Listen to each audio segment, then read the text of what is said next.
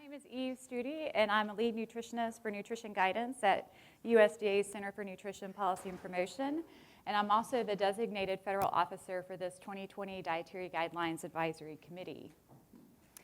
It is really my pleasure to welcome you to meeting 4 of the 2020 committee, and also to welcome you to Texas. We are holding this meeting at the USDA Agricultural Research Service Children's Nutrition Research Center in Houston, Texas, and thanks to Dr. Denny Beer and their team for really welcoming us and being fantastic hosts for this event. This is the second. We also want to welcome all of you who are joining us on YouTube. This meeting, like our previous meetings, will be live slides. This meeting will be live streamed. There will be, and just to note that there will be different links for the morning and afternoon, just the nature of YouTube. So for those of you who are joining us online, when you registered, in your registration email, you should have received 4 links, 2 for today and 2 for tomorrow. We'll try to remind you to change links after lunch. So we are very happy to have 19 of our 20 members here with us today. Unfortunately, Dr. Linda Van Horn was not able to join us here in person, but she is going to join us remotely as much as she is able. We have about 1,000 people who have registered for this meeting, with about 150 who will join us at some point in person here in Houston. And as always, I think just thank you for your interest and in your support of the dietary guidelines. So it's just a little bit of background and a reminder. The 2020 committee was established to conduct an independent review of current research on nutrition and health to be considered by the Departments of Agriculture and Health and Human Services in the development of the 2020-2025 Dietary Guidelines for Americans.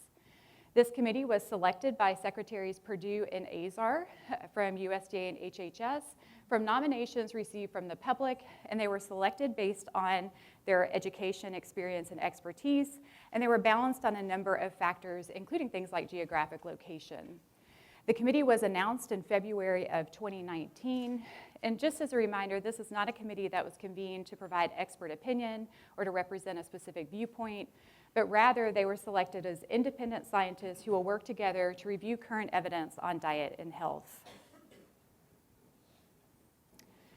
Since this is a federal advisory committee, the federal government is required to outline the duties, the missions and specific duties of the committee.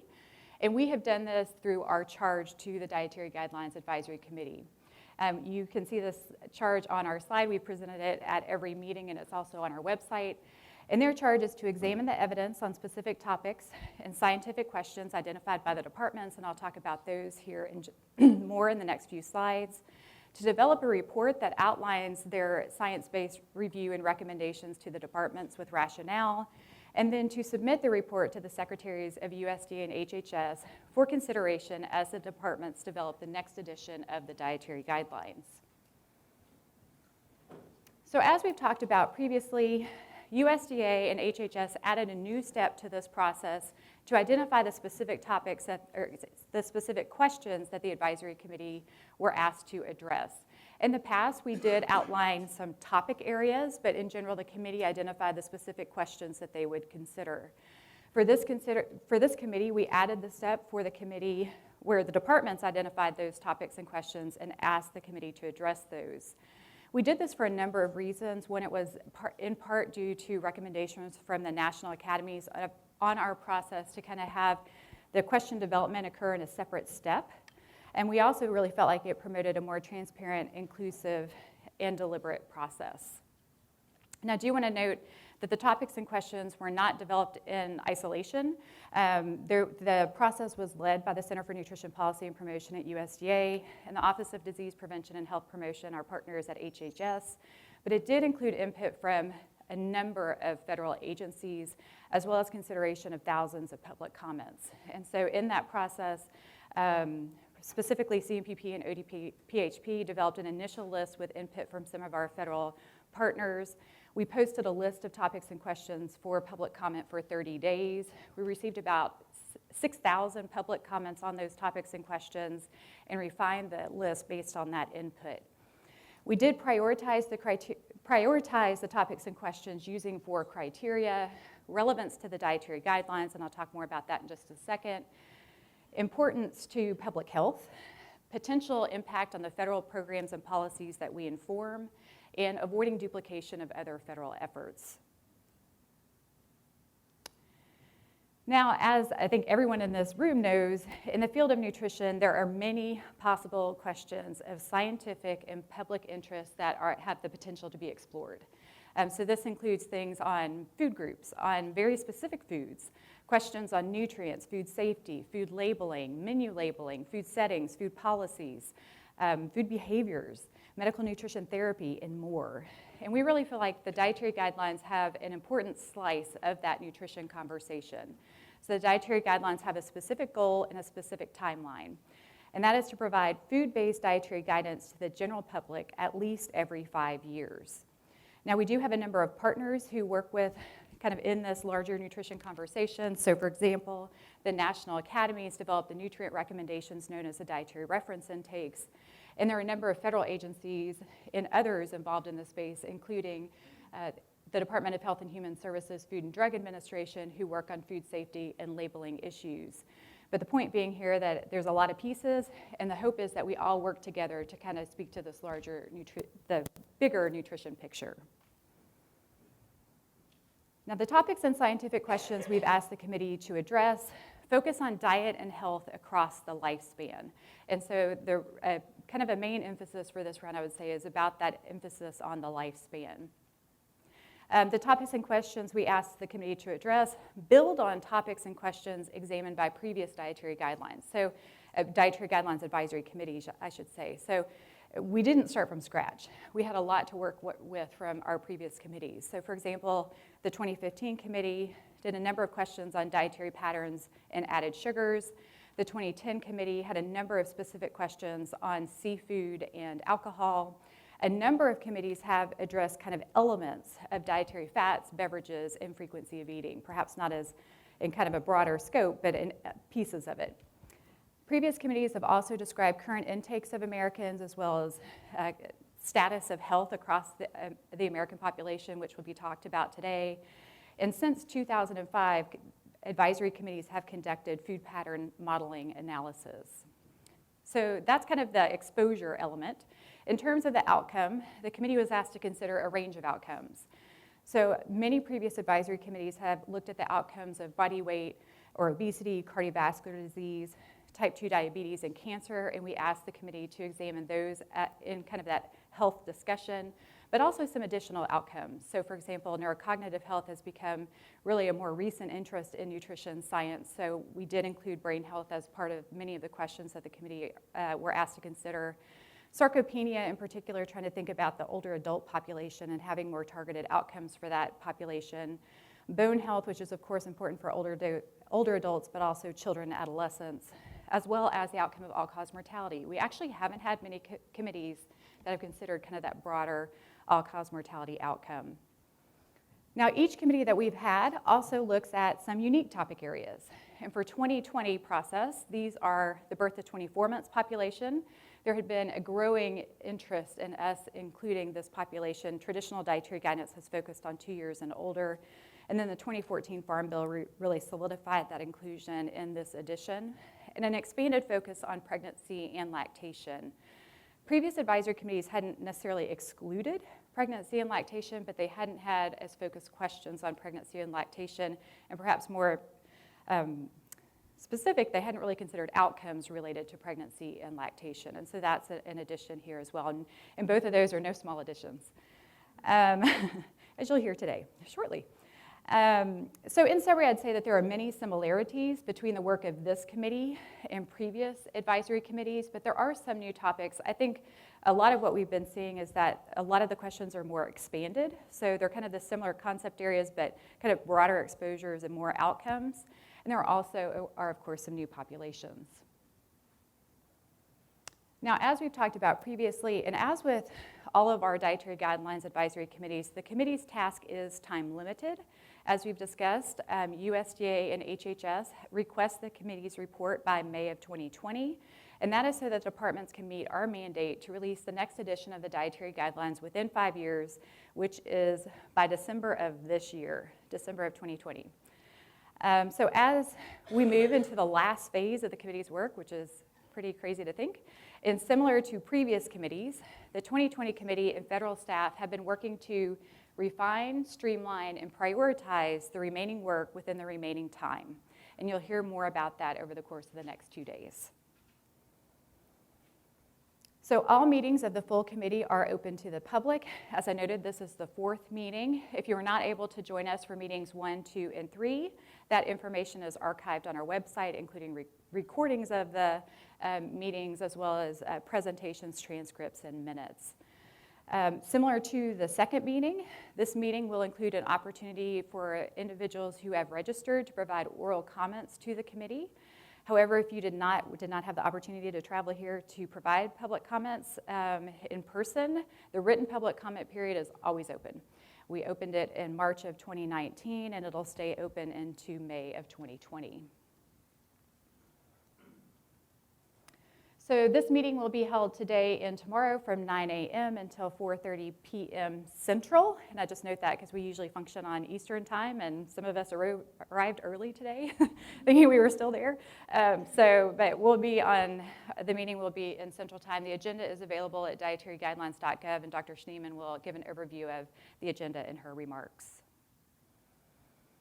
We do want to announce today that the committee will host a meeting on its report on May 11th, which is a Monday. This will be a meeting, as we just talked about, we've asked for the committee's report in May. Their last meeting was scheduled for March, and we wanted to provide the committee an opportunity to come together to discuss its final recommendations and refine its report, but also for the public to be able to hear some of the discussion around the committee's final recommendations before they submit their report to the departments. I will say this is the first time that we've hosted a meeting specifically focused on the committee's report, and we hope it kind of is helpful in hearing firsthand about their recommendations before they submit the report.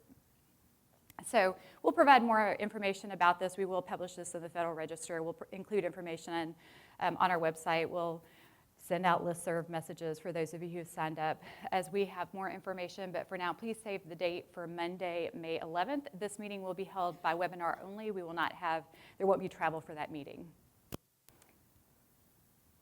So we encourage you to follow along at dietaryguidelines.gov in between the meetings as well as here today. The committee will talk about a number of different questions that they are reviewing. If you want more information about the questions that they are talking about, you can go to dietaryguidelines.gov. There's a rotating banner in the middle of that page, the orange banner there. And if you click on View Protocols, it'll take you to a website with a list of questions. And if you you can click on your question of interest, and it'll take you to a web page devoted to the committee's review on that question. So if you have something of interest that you really want to learn more about, we encourage you to go to the website. So with that, I turn it over to the chair of the committee, Dr. Barbara Schneeman.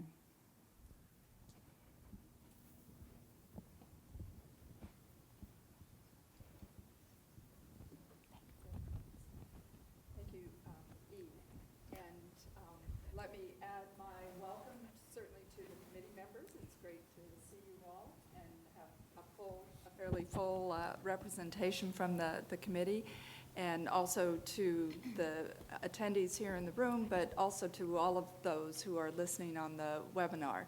We do appreciate the interest in the dietary guideline process and the work of this advisory committee. And I want to extend a special thank you to the CNRC for hosting the meeting here.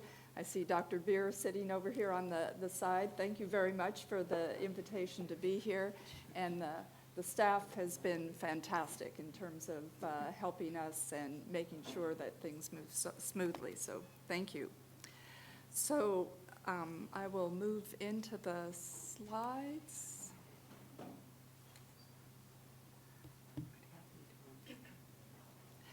So let me start, first of all, by just giving you an overview, sort of following on from what Dr. Studi presented I'm going to talk more specifically about our subcommittee structure, our approaches to examine the evidence, and the information to be discussed at this meeting. In a sense, I'm now going to talk more about how this committee has moved forward with the charge that we received from USDA and HHS. So we'll look at the subcommittee status and the agenda for this meeting. So just to remind you, these are the subcommittee structures that were set up so that in the time between the public meetings, work can proceed. And we have 6 subcommittees and 1 cross-cutting. I know the font is small there: dietary patterns, pregnancy and lactation, birth to 24 months, beverages and added sugars, dietary fats and seafood, and frequency of eating. And the cross-cutting group is the data analysis and food pattern modeling subcommittee. So aligning with those topics that you heard. And I'm not going to read out the names because as we go through the subcommittee reports, you will be getting that information. Just to remind you that the subcommittees review the evidence and provide advice to the parent committee. So the final decisions are being made by the full committee, and they're done in this public meeting format, which we'll be having today and tomorrow. So just again, we've talked about each meeting, how the committee approaches the review of the evidence, the examination of the evidence. And we use 3 approaches to examine the evidence: data analysis, food pattern modeling, and the NESR systematic reviews. And each of these scientific approaches has a protocol. And the protocol is a plan for how one of the scientific approaches will be used to examine evidence related to one of the questions that the committee has been asked to address. As they've been developed, each of the protocols are available, and Dr. Studi gave you the web link for that. And in posting the protocols, we have invited feedback from the public, and we found that feedback to be very helpful. People have provided additional references or additional considerations. So information on the approaches and the protocols have been presented at previous meetings, and additional information then is available at the dietaryguidelines.gov. So in the next few slides, I'm going to just go through a brief overview of the information to be presented by the subcommittee. So you see the general format of how each of the subcommittee reports is structured. So throughout the presentations, you will see an analytic framework which defines the core elements of the diet and health relationship to be examined. So you can see that that analytic framework includes the intervention, exposure, and the comparators that will be used. In some cases, we have intermediate outcomes. Obviously, we're very interested in the health outcomes when available for our review. Then key factors that could impact the relationship, confounders, covariates, moderators, are specified in the analytical framework, and also key definitions are given. So each of the protocols also look at inclusion and exclusion criteria. And so you will hear discussion of those criteria in each of the systematic reviews. And these criteria are developed up front and are used to screen the articles that will be included or excluded from a review. So there are a number of standard criteria that apply across the different reviews that the subcommittees have used consistently across the reviews. And so these include areas such as the study design, and I'm not going to read all of the inclusion, exclusion, because we have talked about these at each of the public meetings, and it's also available, completely available to you on the dietaryguidelines.gov. So standard inclusion criteria include that study design, what kinds of studies are included, what are excluded, the publication status, peer-reviewed articles, the language of publication, English is what we've included, the country of origin or the country that's studied, very high or high human development, so it's comparable to the U.S. population and can be generalized to the U.S. population. And then the study participants. We're primarily interested in studies in humans, males and females, and so exclude animal or in vitro studies. In addition, the health status of study participants is included in our inclusion and exclusion criteria. And generally, you'll see that while we're obviously interested in participants who are healthy, we do also include participants who may be at risk for chronic disease, including those with obesity. And so that concept applies. What we're excluding are studies in which the participants had been diagnosed with a disease or hospitalized, and that or participants with the outcome of interest that we're looking at, and so they're in a treatment study, or infants who are born preterm or low birth weight. So that sets up what we include versus what we exclude in terms of health status. Now, some of the criteria need to be tailored to the specific review, and those kind of tailored criteria might include diet-related interventions or an exposure of interest, health outcomes, the endpoint and or an intermediate, whether or not that data are available, the data publication, depending on what we already have from previous versions of the dietary guidelines, the work of other advisory committees, the size of the study groups, study duration, and the age of the study participants. And so those will be clearly specified in the protocols that are published. So in the NESR systematic reviews, what you will, because we're now moving into that phase where the subcommittees have been doing their work and they are presenting more than the protocols, they're moving into presenting their draft conclusions, you'll see a flow chart of the literature search and screening results, a description of the evidence that is being examined in depth by the subcommittee, the summary of the evidence synthesis, and some draft conclusion statements and grades for those particular questions. And I do want to highlight that what we're going to be presenting, just in the interest of time, are in fact summary statements. The committee's review includes a much more detailed discussion and review of the included articles, which will be provided in the committee's final report and supporting online materials. The intent is to summarize the information today and tomorrow for discussion across the full committee. And again, a lot of what we're doing now, because it does involve the committee discussion, we're presenting things that are in their draft format, and it'll only be finalized once we submit our report.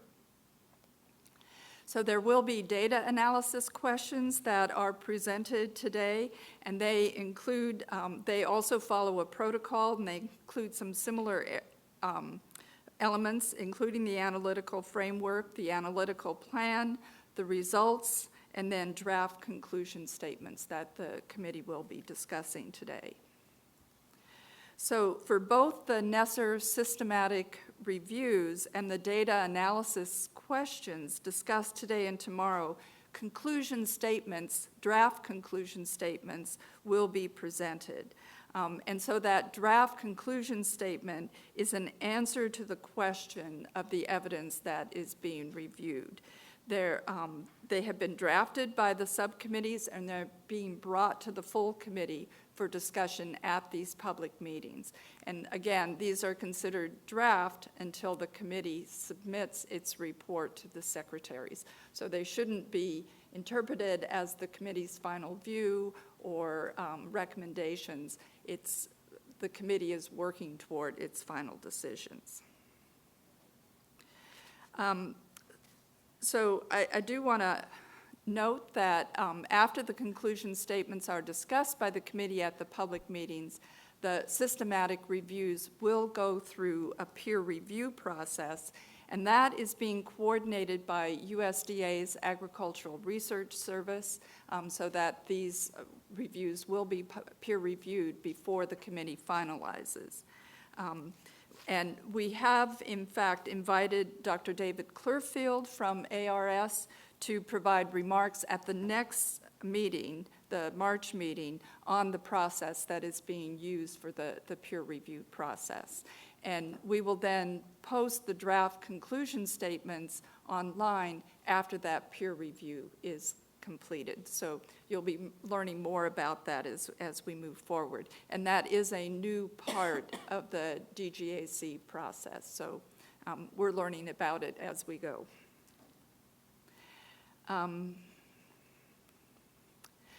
So subcommittee status there. I just want to summarize so you understand the full scope of the work. I can assure you that the subcommittees have been very busy, and there's a lot of demand in terms of time. I also would note that I know everyone on this committee is fully appreciative of the excellent staff that has been working with us, keeping us on schedule, keeping us on track, and doing the tremendous amount of work that it takes to pull the evidence together so that the committee can do its evaluation. So if we could go back to that slide, please. So just the draft conclusions for approximately 30 questions will be presented at this meeting, including both NESR systematic reviews and data analysis evaluation. And so across the subcommittees, NESR has screened over 265,000 articles and extracted data and assessed risk of bias for over 500 articles. And I can assure you those numbers will only still grow as we keep moving forward. We're utilizing nearly 50 different types of data analysis from the NHANES, What We Eat in America. We've begun to work on the food pattern modeling, and we've refined the report outline and are beginning to prepare some of the report content. So the task at hand is large. There's a huge amount of work that has been done. We know that there's still a huge amount of work to be done.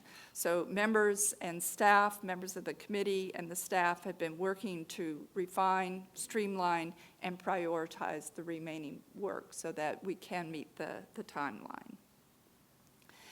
So in our meeting number 4, the meeting that we're at, we'll describe the status and provide updates on the work of the committee.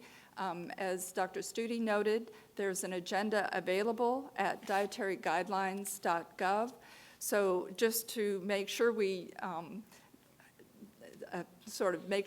we connect with our YouTube participants, we'll be sure that the meeting begins at 9 a.m. Central Time, and the afternoon session will begin at 1 p.m. Central Time.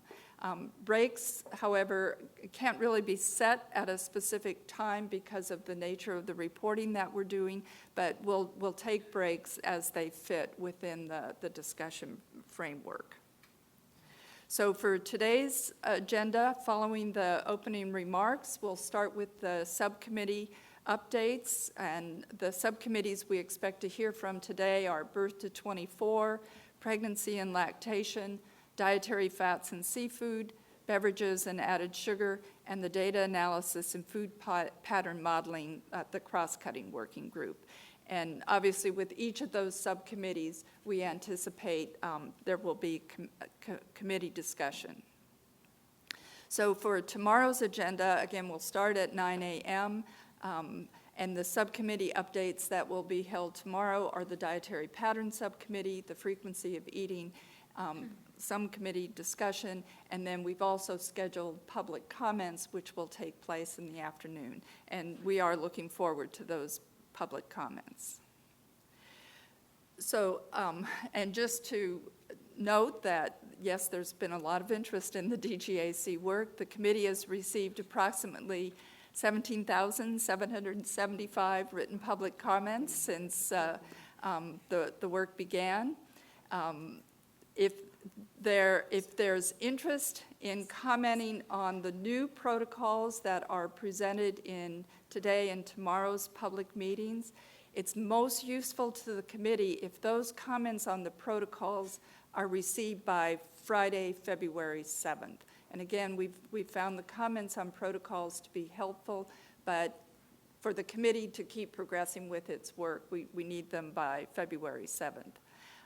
But as noted by Dr. Studi, the written public comment period for more general comments is open until we complete our work in May of 2020. So with that, that concludes my comments, and I'll just turn to the committee members just to see if there's anything, question or comment that any committee members want to make. So with that, I'm going to, Dr. Kleiman, you may have some comments as well, but I'll turn it over to you for the first subcommittee reports. Thanks. Thanks, Barbara. I think that was very complete, and I have very little to add. This is our fourth meeting together, so it's an opportunity for us all to hear what each of the subcommittees has been working on, and a great deal of work has taken place since the last meeting. So the remainder of the day today and tomorrow will be these report outs from each of the subcommittees. I think we'll go right into the first one now, and in terms of breaks, we recognize that there are some biological imperatives here, and so we will try to take a brief break perhaps between the first and the second presentation. So with that, I'm going to turn this over to Kay Dewey, and she's, to Kay Dewey to talk about the subcommittee that looked at birth to 24 months. Thank you very much, Ron and Barbara. I am very pleased to be able to report to you today on behalf of this subcommittee, and the members of this subcommittee have been working very hard, many hours every week, to get to this point. We have a number of questions that have been addressed, and the NESR staff have been extremely busy screening the literature, preparing the results, extracting the data, and preparing evidence portfolios for us to review. And so today we will be presenting draft conclusions for the 8 topics shown here. Although it's 8 topics, there are 66 conclusion statements for me to go through. And if I did read every single one of them in full, it would take more than an hour. So I'm going to try to go through them as quickly as I can while not skipping anything important. Those include 3 question or topics on the relationship between human milk and infant formula, and 3 outcome areas: micronutrient status, atopic disease, and long-term health outcomes. Then there are 5 questions on complementary feeding, and 5 outcome areas: atopic disease, developmental milestones, growth size and body composition, micronutrient status, and bone health. We still have work to do for 5 other topics that are listed here. 2 additional questions related to human milk and infant formula, and those relate to growth size and body composition and developmental milestones. And then the 3 new questions that we have on nutrients from supplements or fortified foods, and 3 outcome domains: growth size and body composition, bone health, and micronutrient status. These are some of the key definitions for our reviews, which we have presented previously, but to remind you of those and the scope of the questions we're investigating, I wanted to go through them. Human milk refers to mother's own milk, so our reviews do not include examinations of donor milk. And we've used the term human milk feeding instead of breastfeeding to be clear that we have examined human milk fed at the breast as well as human milk that has been expressed and fed fresh or after refrigeration or freezing. Infant formula refers to commercially prepared infant formulas that meet FDA or Codex Alimentarius standards.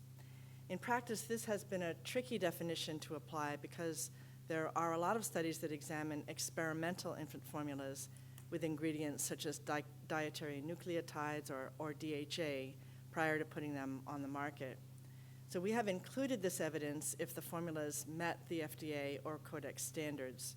We did this because we thought it was important to examine infant formulas with ingredients that are commercially available. And lastly, complementary foods and beverages refers to foods and beverages other than human milk or infant formula.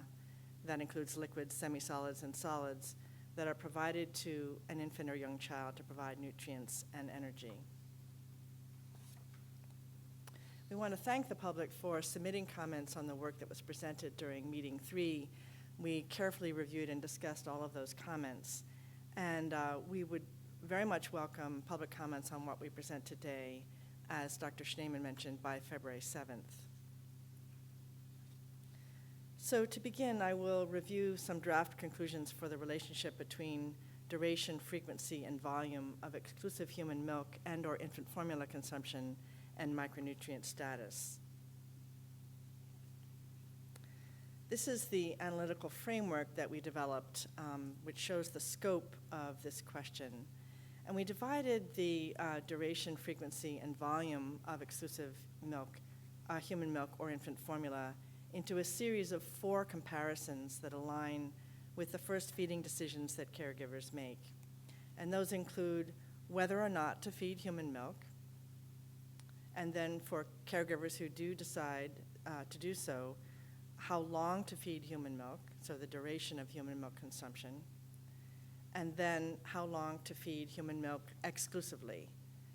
So you'll note that we examined exclusive human milk consumption prior to the introduction of infant formula only, and that's to avoid overlap with another review, which we will also present today, that examines the timing of introduction of complementary foods and beverages. And then if caregivers have decided to supplement human milk with infant formula, our final comparison examines the intensity or proportion or amount of human milk that is fed to mixed-fed infants. And then on the right, you can see that we examined iron, zinc, iodine, vitamins D and B12, and fatty acid status from birth to 24 months. This flow chart shows the literature review and screening results. We used 2 different literature searches, which are noted with the letters A and B in the flow chart. Literature search A was from the Pregnancy and Birth to 24 Months project, which used a search date range of January 1980 to March 2016. And this literature search was very large because it was intended to find studies for several questions related to human milk and infant formula. Literature search B was smaller because it was intended to capture just the literature published in the last 3 years. And you can see that ultimately 23 articles were identified that met the inclusion criteria for the question about feeding human milk and infant formula and micronutrient status outcomes. On this slide, we want to give you a snapshot of the evidence by showing how many of those 23 studies provided evidence for each component of our analytical framework. And you can see that where there was evidence to address a topic, the number of studies was small. Now, a small number of studies may provide sufficient evidence to determine associations. For example, if the evidence is consistent and has a low risk of bias. However, that was generally not the case in this body of evidence. You can also see that the majority of evidence addressed ever compared with never consuming human milk. So we'll go one by one through those comparisons. This is the evidence related to ever versus never consuming human milk. And these were generally studies that compared infants who were fed human milk with infants who were fed an infant formula that had a novel composition at the time of the study, such as added DHA or different levels of iron, and infants who were fed a conventional infant formula. Now, as you can imagine, the evidence would show that the formula's composition can impact nutrient status outcomes. For example, formula with DHA can impact DHA status. And this complicates our synthesis of the evidence because infants in these studies were fed a wide variety of infant formulas. The 23 studies in this body of evidence generally studied healthy full-term infants who were recruited at or close to birth and who were from the US and several other countries. As I've already mentioned, the majority of evidence examines ever compared with never consuming human milk and the duration of human milk consumption. It's important to note that other components of the infant's diets varied between studies and also didn't tend to be well reported. For example, the exclusivity of human milk, the types and amounts of formula fed in addition to human milk, the types and amounts of complementary foods and beverages in addition to human milk or infant formula, and any intake of supplements. At the bottom of the slide, you can see the outcomes that were reported by the studies for each of these nutrients. Now, there was evidence available from a small number of studies, and generally they did not show consistent associations between the comparisons that are shown in this slide. So for ever compared with never consuming human milk, there were not consistent associations with anemia, hemoglobin, hematocrit, and the other indicators of iron status shown here, or with zinc status. Also, that was true for the duration of any human milk consumption among infants fed human milk, and anemia and markers of iron status, zinc status, vitamin D status, and fatty acid status. And lastly, the same was true for the duration of exclusive human milk consumption before the introduction of infant formula and fatty acid status. The most substantial evidence that we reviewed was from 7 studies that examined the relationship between ever compared with never consuming human milk and fatty acid status. And these studies indicated that there may be an association between feeding human milk compared with infant formula and fatty acid status. And this body of evidence had an adequate number of sufficiently powered studies with some inconsistencies that can likely be explained by methodological differences. For example, the use of formulas with different fatty acid composition. There were several limitations that included the risk of bias, especially confounding, the study directness, because these studies were mostly designed to examine the effects of infant formula composition rather than to directly compare infants fed human milk with those fed infant formula. And also generalizability. For example, in 2 studies, there were no non-white participants, and other studies did not report race or ethnicity. Also, it's unclear whether the experimental formulas are similar to current formulas on the market in the US. So we did draft a conclusion statement regarding ever versus never consuming human milk, and this states that moderate evidence indicates that ever compared with never consuming human milk may be associated with fatty acid status. The difference in fatty acid status between infants who are fed human milk and infant formula likely depends on the fatty acid composition of the human milk and the infant formula being compared.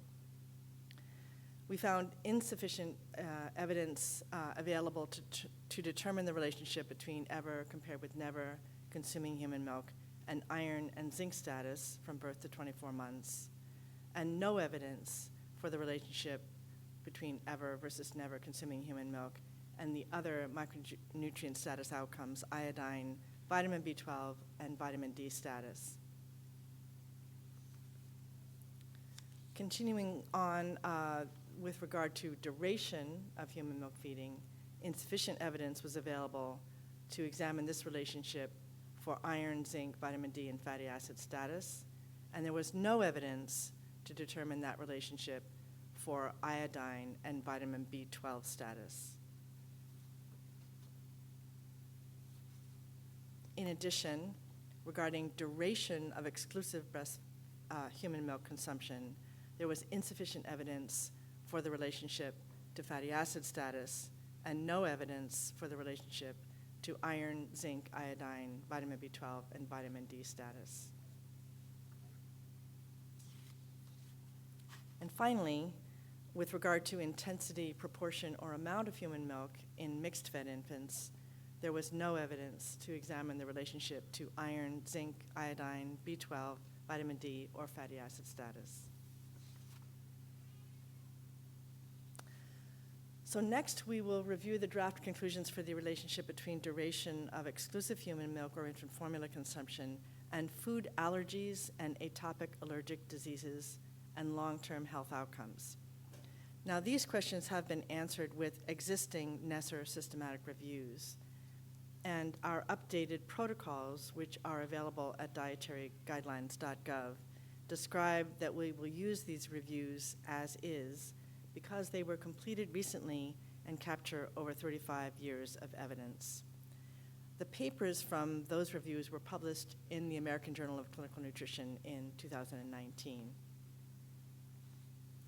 However, we would like to ask the public to please submit public comments if you know of any articles published since 2016 that meet the inclusion criteria and would also significantly affect these conclusions.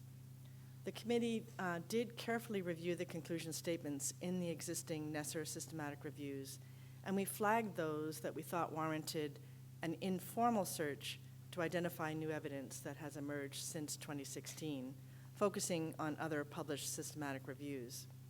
We did not locate any studies that would have modified the conclusions, but again, we do appreciate any comment that the public would like to provide. So, as I mentioned, the committee will be answering these questions using the 9 existing NESR systematic reviews completed as part of the Pregnancy and Birth to 24 Months project by the Infant Milk Feeding Practices Technical Expert Collaborative. And the link for the documentation is provided here.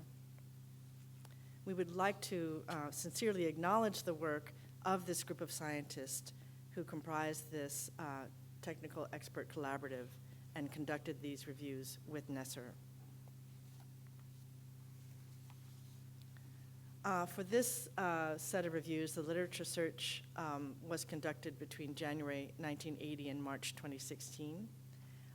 For never versus ever feeding human milk and atopic disease, 44 articles met the inclusion criteria, and you can see the distribution of the outcome that was examined. Almost all of this evidence was from observational studies. For duration of any human milk feeding and atopic disease, 35 articles met the criteria, and almost all, again, of the evidence was from observational studies.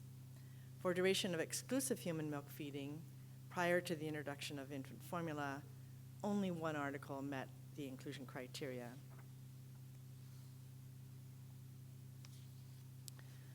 This summarizes what was concluded regarding the relationship between never versus ever feeding human milk and these outcomes. Firstly, moderate evidence suggests that never, in comparison to ever being fed human milk, is associated with a higher risk of childhood asthma. Again, just to emphasize, these statements are worded so that the risk is related to never feeding human milk. And in this case, there were 17 independent studies contributing to that conclusion statement.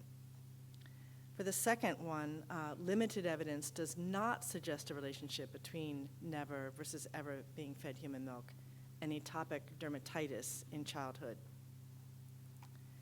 For the other relationships, evidence about never versus ever being fed human milk and atopic dermatitis was inconclusive, and there was insufficient evidence to examine how it related to the other outcomes that are listed here.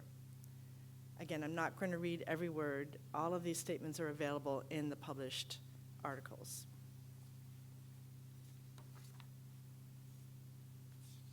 This shows the conclusion statements for the relationship between shorter versus longer duration of any human milk feeding and these outcomes. Moderate evidence, mostly from observational studies, suggests that among infants fed human milk, a shorter versus a longer duration of any human milk feeding is associated with a higher risk of asthma in childhood and adolescence. This included 20 independent studies. Limited evidence does not suggest a relationship between duration of any human milk feeding and allergic rhinitis or atopic dermatitis in childhood. Evidence about the relationship between shorter or longer duration of human milk feeding and atopic dermatitis from birth to 24 months is inconclusive, and there is insufficient evidence to determine the relationship with the other outcomes in this set, as shown here.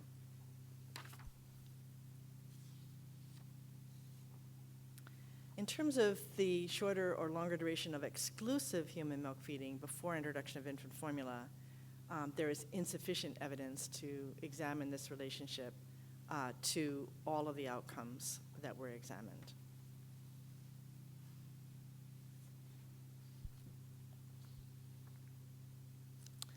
Moving on then to the long-term outcomes, this shows the evidence that was available to examine those.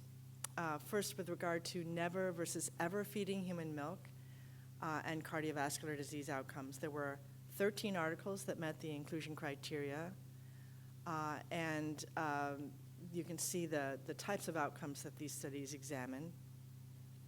For duration of any human milk feeding, there were 24 articles, and for duration of exclusive human milk feeding and cardiovascular disease outcomes, there were 6 articles included. So I'll go through those conclusion statements as well. For never versus ever feeding human milk, limited evidence suggests that never versus ever being fed human milk is associated with higher blood pressure within a normal range at 6 to 7 years of age. The evidence about relationship of never versus ever being fed human milk with blood lipids in childhood was inconclusive, and there was insufficient evidence for the relationship to the other CVD outcomes examined. In terms of shorter versus longer duration of any human milk feeding, moderate evidence suggests that there is no association between the duration of any human milk feeding and blood pressure in childhood. And I wanted to call out one study here that was quite important. There was compelling evidence from the Promotion of Breastfeeding Intervention trial that is the only randomized trial in this body of evidence, and it showed no significant relationship between duration of any human milk feeding and blood pressure at 6.5 or 11.5 years of age. There was also inconsistent evidence across 6 independent prospective cohort studies. For the second bullet here, the evidence about the relationship of shorter versus longer duration of human milk with blood lipids in childhood and adulthood and with metabolic syndrome was inconclusive, and there was insufficient evidence to determine the relationship to the other CVD outcomes.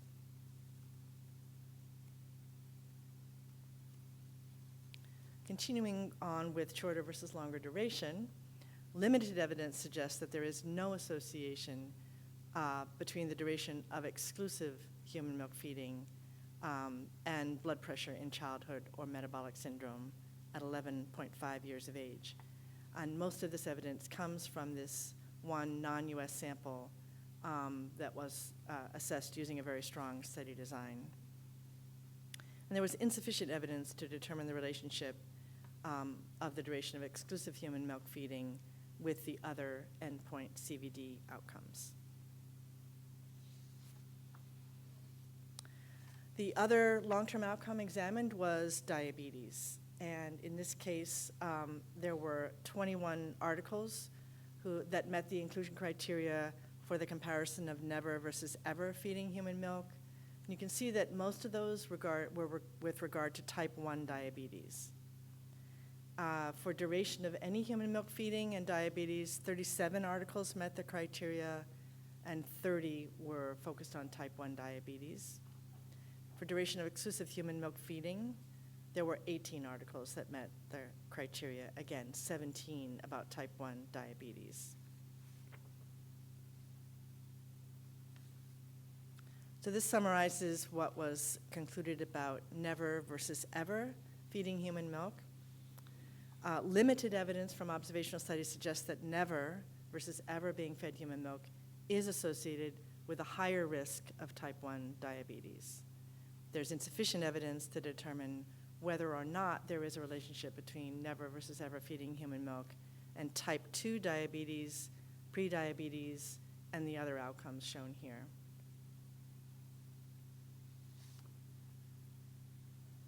In terms of the duration, of human milk feeding. Moderate evidence from observational studies suggests that among infants fed some amount of human milk, a shorter versus a longer duration of human milk feeding is associated with a higher risk of type 1 diabetes. Limited but consistent evidence suggests that the duration of any human milk feeding is not associated with fasting glucose or insulin resistance in childhood or during the transition from childhood into adolescence. And there's insufficient evidence for the relationship to type 2 diabetes, prediabetes, or the other outcomes shown here.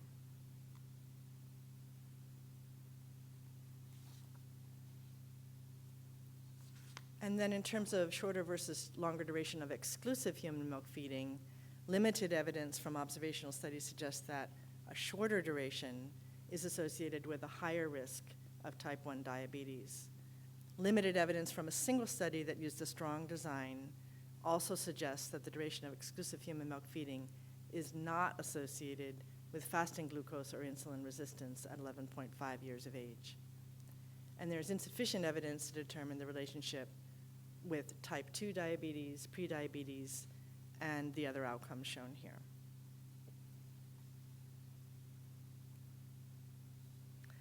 Moving on, next we'll review the draft conclusions for the relationship between complementary feeding and the 5 outcome domains that are listed here: micronutrient status, growth size and body composition, developmental milestones, including neurocognitive development, food allergies and atopic allergic diseases, and bone health. These have also been answered with existing NESR systematic reviews, and the protocols, again, are at dietaryguidelines.gov. We will be using these reviews as is, again, because they were completed recently and capture over 35 years of evidence. These papers were also published in the American Journal of Clinical Nutrition in 2019. However, as mentioned previously, we would like to ask the public to please submit public comments if you know of any articles published since 2016 that meet the inclusion criteria and would significantly affect the conclusions that I will be presenting.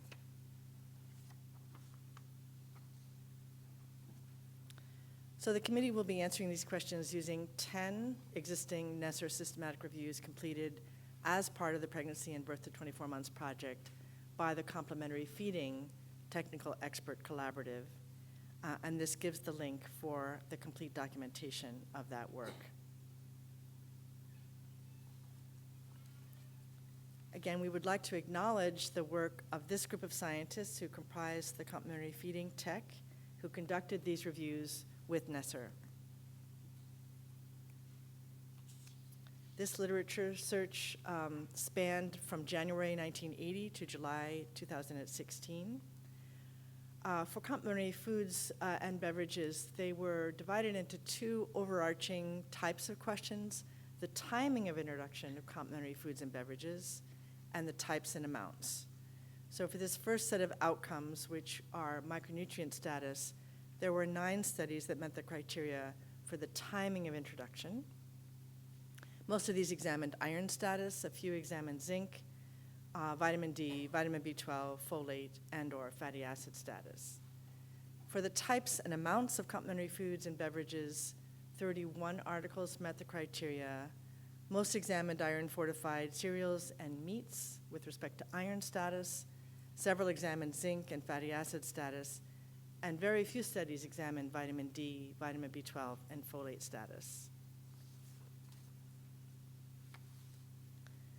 So I'll begin with the relationship between the timing of introduction of complementary foods and beverages and micronutrient status. Moderate evidence suggests that introducing complementary foods and beverages at 4 months of age compared to 6 months of age offers no long-term advantages or disadvantages in terms of iron status among healthy full-term infants who are breastfed, fed iron-fortified formula, or both. And there were 9 studies that met the criteria for this question. There is not enough evidence to determine the relationship between timing of introduction and zinc, vitamin D, vitamin B12, folate, or fatty acid status. Additional factors that need to be considered in examining the relationship between the age at which complementary foods and beverages are introduced and micronutrient status include birth weight and timing of umbilical cord clamping, both of which affect iron stores of the newborn, postnatal growth, type of feeding at the breast or formula or mixed feeding, and intake and absorption of iron from sources other than human milk, including the types and amounts of complementary foods and beverages being consumed.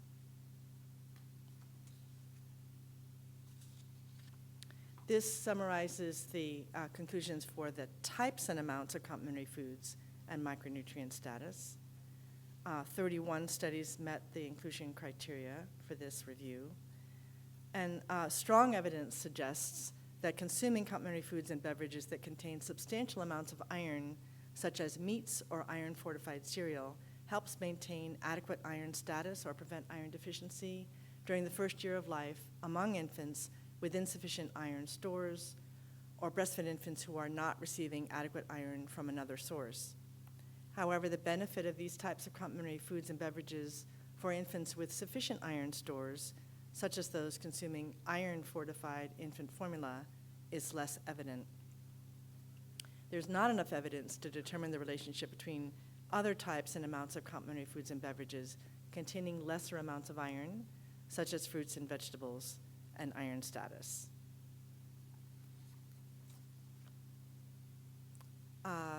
Then in terms of the other nutrients of interest, limited evidence suggests that consuming complementary foods and beverages that contain substantial amounts of zinc, such as meats or cereals fortified with zinc, support zinc status during the first year of life, particularly among breastfed infants who are not receiving adequate zinc from another source. However, the benefit of these types of complementary foods for infants consuming fortified infant formula is less evident. Moderate evidence suggests that consuming complementary foods and beverages with differing fatty acid profiles, particularly long-chain polyunsaturated fatty acids, can influence fatty acid status. Continuing on this theme, during the second year of life, good sources of micronutrients are still needed, but there is limited evidence to indicate which types and amounts of complementary foods and beverages are associated with adequate micronutrient status. And there's not enough evidence to determine the relationship between the types and amounts of complementary foods and beverages and vitamin B12, vitamin D, or folate status.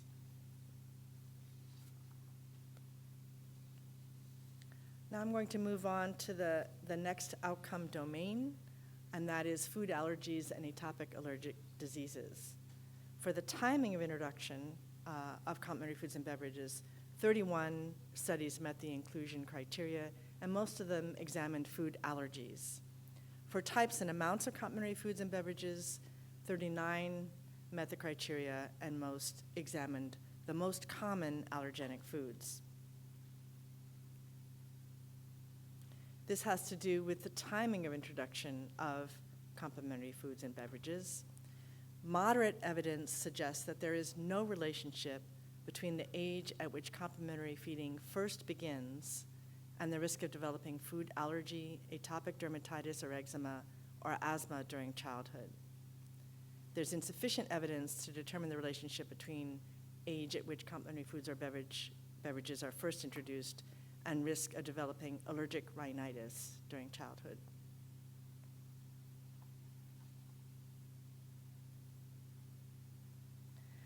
Now, the rest of the series of slides focuses on the specific types of complementary foods being introduced. And so these are divided into several different slides. I wanted to mention that the studies are mostly focused on food allergy to that particular food component. And in this case, we will be talking about peanut, tree nuts, and seeds. There is strong evidence suggests that introducing peanut in the first year of life after 4 months of age may reduce the risk of food allergy to peanuts. And this evidence is strongest for introducing peanut in infants at the highest risk, with severe atopic dermatitis and/or egg allergy to prevent peanut allergy, but is also applicable to infants at lower risk. However, the evidence for tree nuts and sesame seeds is limited. Limited evidence also suggests that there is no relationship between consumption of peanut, tree nuts, or sesame seeds during the complementary feeding period and risk of atopic dermatitis or eczema and asthma. And there's not enough evidence to determine if there is a relationship between consuming peanut, tree nuts, or seeds and allergic rhinitis. What I want to also mention is that many of the studies included in this review exclusively enrolled or primarily enrolled subjects who were at a greater risk of allergies and/or atopic disease than the general population on the basis of family history.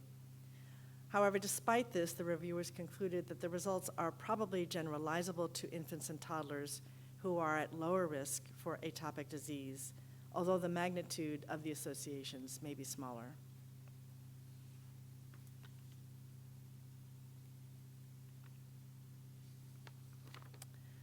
There were 28 studies that examined the consumption of eggs as a complementary food in relationship to the risk of developing any atopic disease, including 6 randomized controlled trials. From that body of evidence, it was concluded that moderate evidence suggests that introducing egg in the first year of life after 4 months of age may reduce the risk of food allergy to egg. Limited evidence suggests that there is no relationship between the age of introduction to egg and the risk of atopic dermatitis or eczema and asthma. And there's not enough evidence to determine the relationship between egg and allergic rhinitis.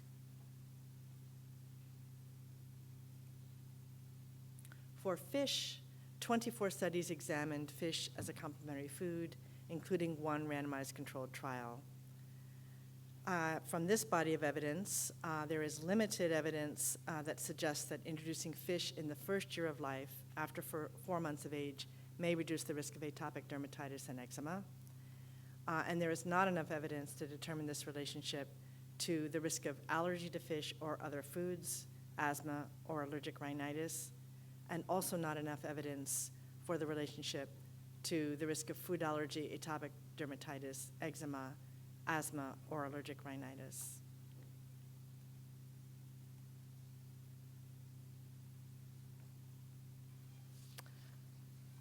There were 17 studies that examined the consumption of wheat or cereals and these outcomes, and all of these were observational studies.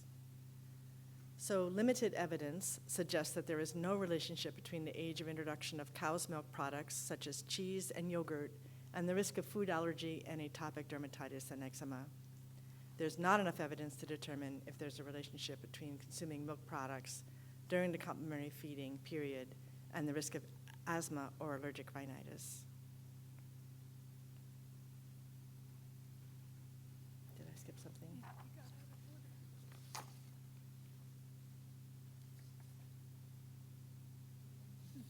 So, fish.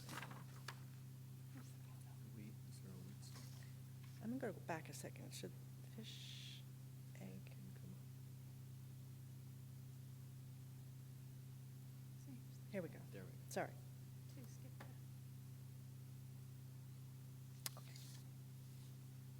There are a lot of outcomes here. So, sorry, I'm going to go back to wheat and soy. And I did mention there were 17 studies that examined the consumption of wheat or cereals, and these were all observational. And there's not enough evidence for those related to wheat to determine the relationship to risk of food allergy, atopic dermatitis and eczema, asthma, or allergic rhinitis.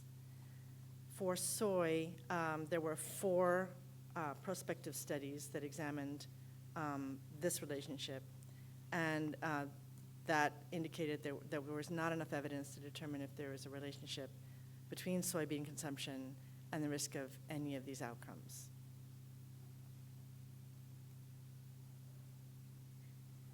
Okay, I think I will move on.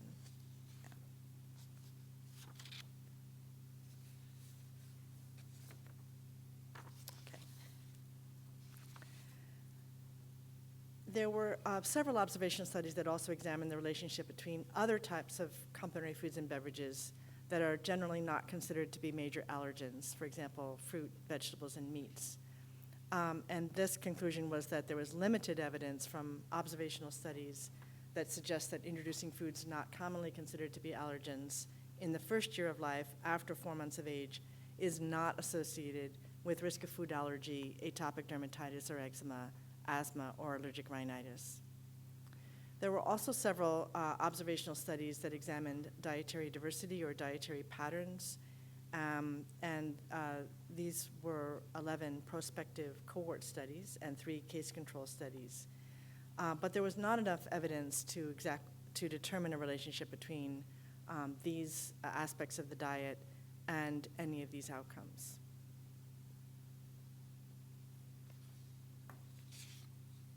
Okay, moving on to the next set of outcomes, which is growth, size, and body composition. There were 81 studies that met the inclusion criteria for the timing of introduction of complementary foods and beverages, and 49 that met the criteria for types and amounts.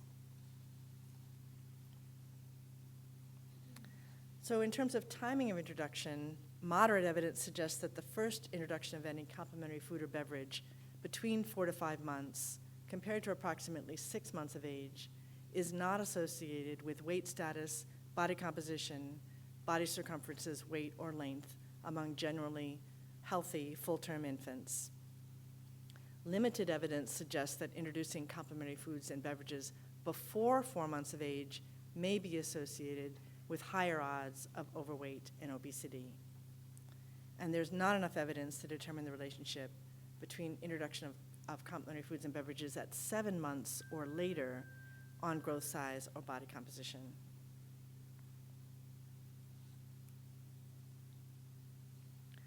In terms of types and amounts of complementary foods, moderate evidence indicates that a higher versus lower meat intake or meat versus iron-fortified cereal intake over a shorter duration during the complementary feeding period does not favorably or unfavorably influence growth size and or body composition. And there's insufficient evidence to determine a relationship between meat intake and prevalence or incidence of overweight or obesity. Limited evidence suggests that the type or amount of cereal given does not favorably or unfavorably affect these outcomes.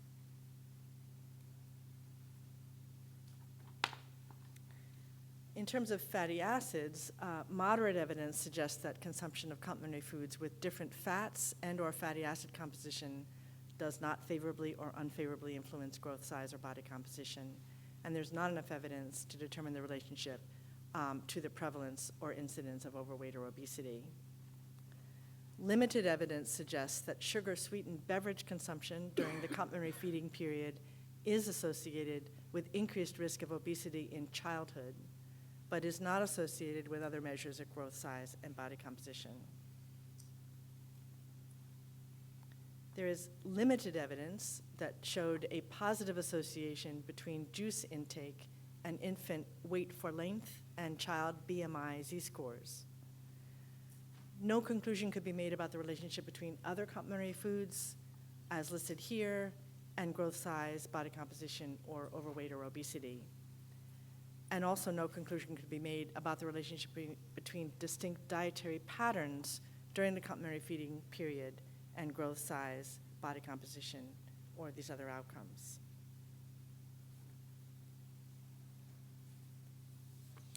There is a much smaller body of evidence regarding developmental outcomes.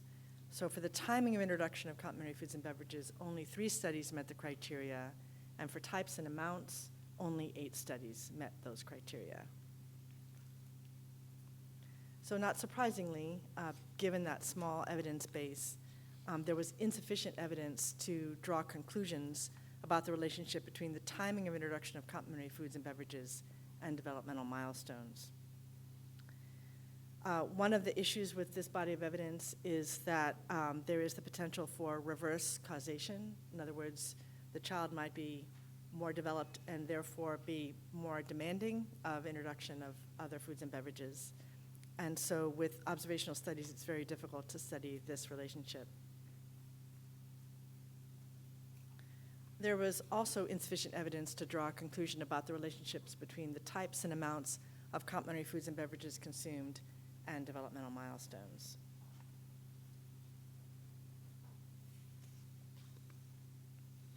There was also a very small evidence base in terms of bone health.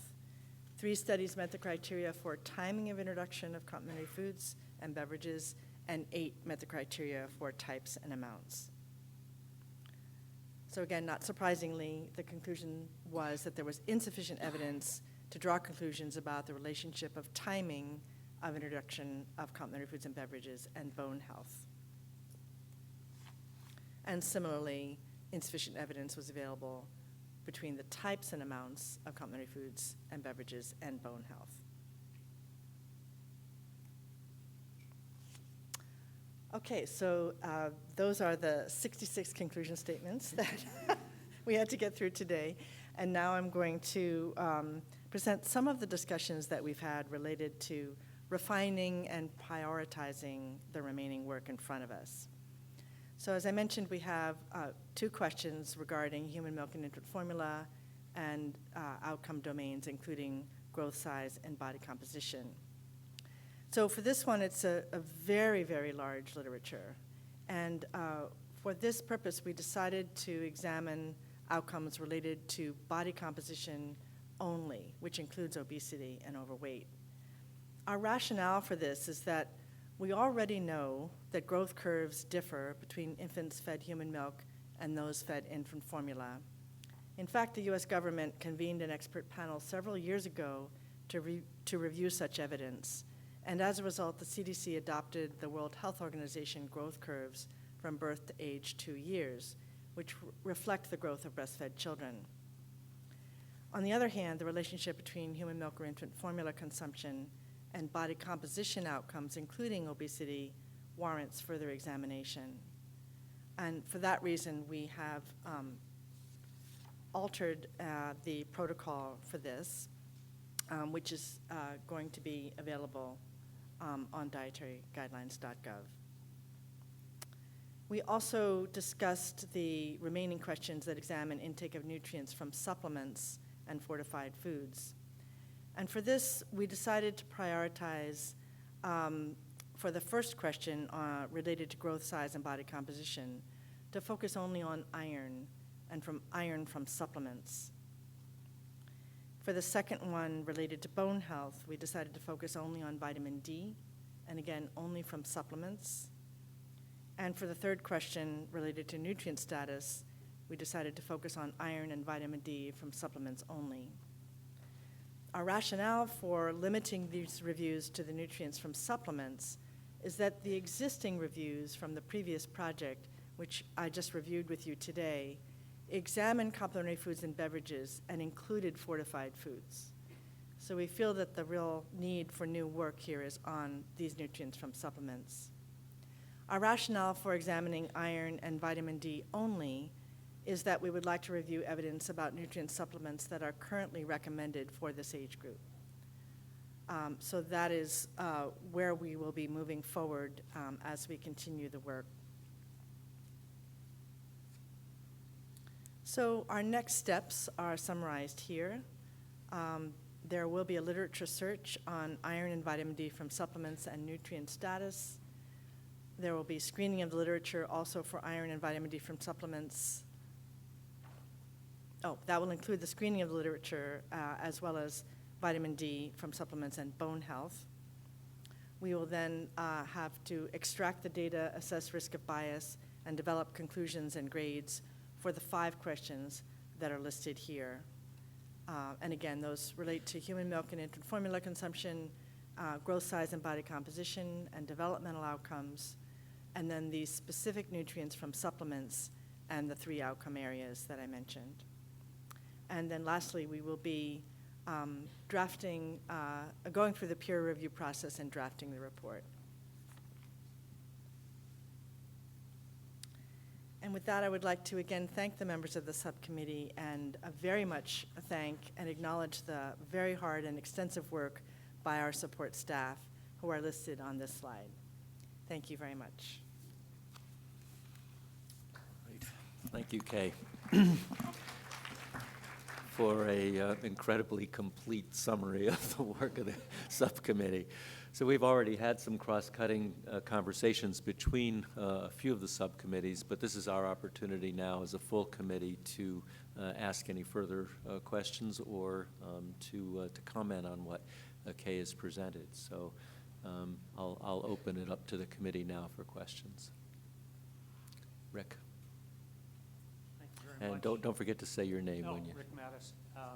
So I have 5 questions, but a lot of them will be really short, I think, responses.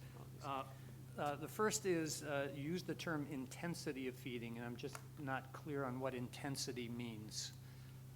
So clarification, that would be helpful. Your recommendation regarding fat intake and fatty acid status just referred to association, whereas all the other recommendations had directionality to them. If it's possible to tweak that, I think it would be more useful. If it's not, it's not. In the report on never versus ever and risk of type 1 diabetes, you found an association there. This is my lack of knowledge. Is there plausibility of that? Is there a mechanism that would make that make sense? With the peanut recommendation, again, I'm old school. Is there some subset of people that may actually be at risk? So a general recommendation saying early introduction is okay holds risk for some subgroup of the population, or it really is a clear bill of health for such a recommendation? Can you repeat that again? So the recommendation for early exposure to peanut seemed to be just generally positive, and I'm just wondering if there is a subgroup of individuals that might be at risk, because if people just look at that recommendation, they think it's good to go, but maybe there are some that would be at risk. I don't know. Okay. Of course. And lastly, for the sugar recommendation, it says that sugar-sweetened beverage consumption during complementary feeding is associated with increased of obesity, but not associated with body composition. I'm just not clear how to juxtapose those. So those are very good questions, and I'm going to rely on others in the room to help with some of the answers. For the intensity of breastfeeding, this is part of 3 different aspects of when children are fed both infant formula and human milk. It relates to how many of the feeds are human milk versus formula, or the amounts, or in some other way judging the proportion. So the intensity refers to how much of that is human milk. It's a guesstimate in most cases because they're not measuring human milk intake. So that's why different words are used by different researchers. Is there any, if anybody wants to add anything from the staff who knows these definitions by heart? Yes, please, Darcy. Just one clarification, which is that intensity, proportion, amount, we included any evidence that was examined either at a single point in time or over a duration of time, and that might have included another variable in the definition, such as months or years, that sort of thing. So in any write-up, that'll be defined somewhere. In the paper that was published, that is given, yes. And then in terms of fat composition of complementary foods, and that we said there is an association without the direction, and that was on purpose because it really depends on what fatty acids are in those foods. So if there is an increased amount of polyunsaturated fatty acids, for example, that will generally show up in the fatty acid status as a positive relationship in the child. But it's not simple to summarize that in the conclusion statement. So in the paper that was published, it goes through exactly what all those relationships were. We can talk further about whether there's some way to modify that, but for that question, we're relying on the existing review that's been published already, and that's their exact wording. So it is possible for it to be inverse in some instances? Or could it just be stated as a direct relationship? Well, I would have to read again exactly which studies that there's always theoretically the possibility that if you increase intake of omega-6, you might reduce omega-3 status or vice. I mean, so that's why I don't want to get too specific about it right now.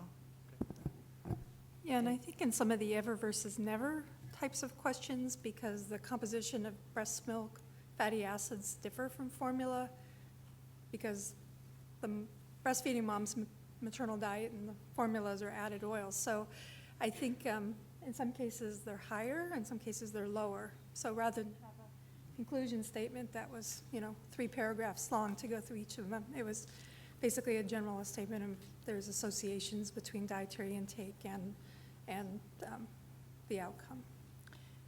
So I thought you were referring to fatty acids from complementary foods and beverages, but were you also referring to the never versus ever human milk and those questions? I'm not sure where my brain ticked off as you were going through, but for either of them, I'm Okay, yeah, so there were 2 different questions where fatty acid status was an outcome. One was from complementary foods and beverages, that's what I was answering. For human milk, ever versus never, duration, et cetera, we also shied away, as Sharon explained, from stating a direction because it's, as we were talking yesterday in our subcommittee meeting, it's complicated because of the composition of human milk and the possibility that the mammary gland has endogenous synthesis of many of these fatty acids. And so it's something that we will describe in more detail in the write-up. And then you asked about never versus ever breastfeeding in type 1 diabetes and the plausibility of that argument. Yes, there is a biological rationale for that.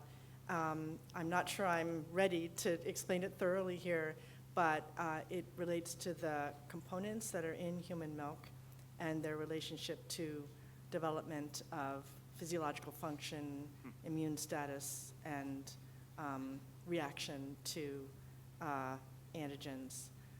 If anyone else wants to go further than that, be my guest. I think that's absolutely a fair summary. But one of the things that I think is a little bit confusing is the absence of any relationship to pre-diabetes.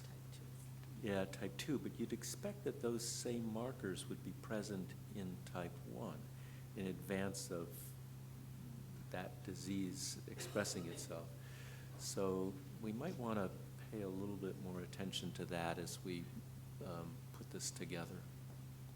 Because you'd expect insulin resistance, glucose intolerance, A1Cs, they don't, they rise gradually both in type 1 and in type 2. So just a point of, for further discussion in the statement. That's a great idea. I think we will take that up. And then your 4th question was regarding peanut exposure in the first year of life. And I think the question was, are there infants who are at risk from that exposure because they are at high risk to begin with? Now, I am, again, going to defer, I think, to the clinicians, but my understanding is that those with a family history are usually advised to be under the sort of supervision of a healthcare provider when they first introduce that allergen, to be careful about that. So do you want to go further than that? No, I think that's absolutely right. And the studies use individuals, infants who have strong family history, so these are the highest risk infants. So presumably if they pass this test, everyone else who's at lesser risk isn't going to be put at greater risk as a result of the introduction. So is that your question? Yeah, that's exactly my question. So the follow-up is, does the recommendation need to have that caveat in it? Or does that group of high-risk people sort of fall out of the definition of the healthy population that we're making recommendations for, and so it's not necessary? Well, I'd like to say we're not yet at the point of making dietary recommendations. Right now, we're only drafting conclusion statements from the evidence. How to put all those together into a recommendation is the next challenge.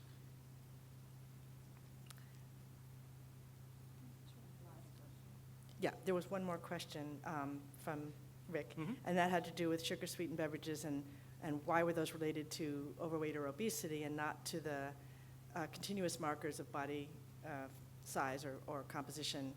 I think that the strongest evidence we had was from one very large study where the outcomes were dichotomous only. And so that's why we felt comfortable saying that. We didn't have the same amount or strength of evidence for the direct continuous measures of weight for height or BMI or anything like that. That's my recollection. I'd have to go back to that paper and look at it again, but that was what I remember. Any additions to that? So is this on? They'll pick it up? Okay. Okay, just start talking. All right, I can start talking. Okay. So back to so this is Beth Mayer Davis. So Kay, I have a question, a follow-up really to Rick's about type 1 diabetes. It's not specified in the question itself, but I wonder if in your look at infant feeding with regard to type 1 diabetes, you were looking also at occurrence or appearance of diabetes autoimmunity. What was that? The appearance of diabetes autoimmunity, markers of diabetes autoantibodies as a prelude to development of type 1 diabetes. Because that's where some of the mechanism comes in answer to your question, Rick, and there is some literature on that. It was,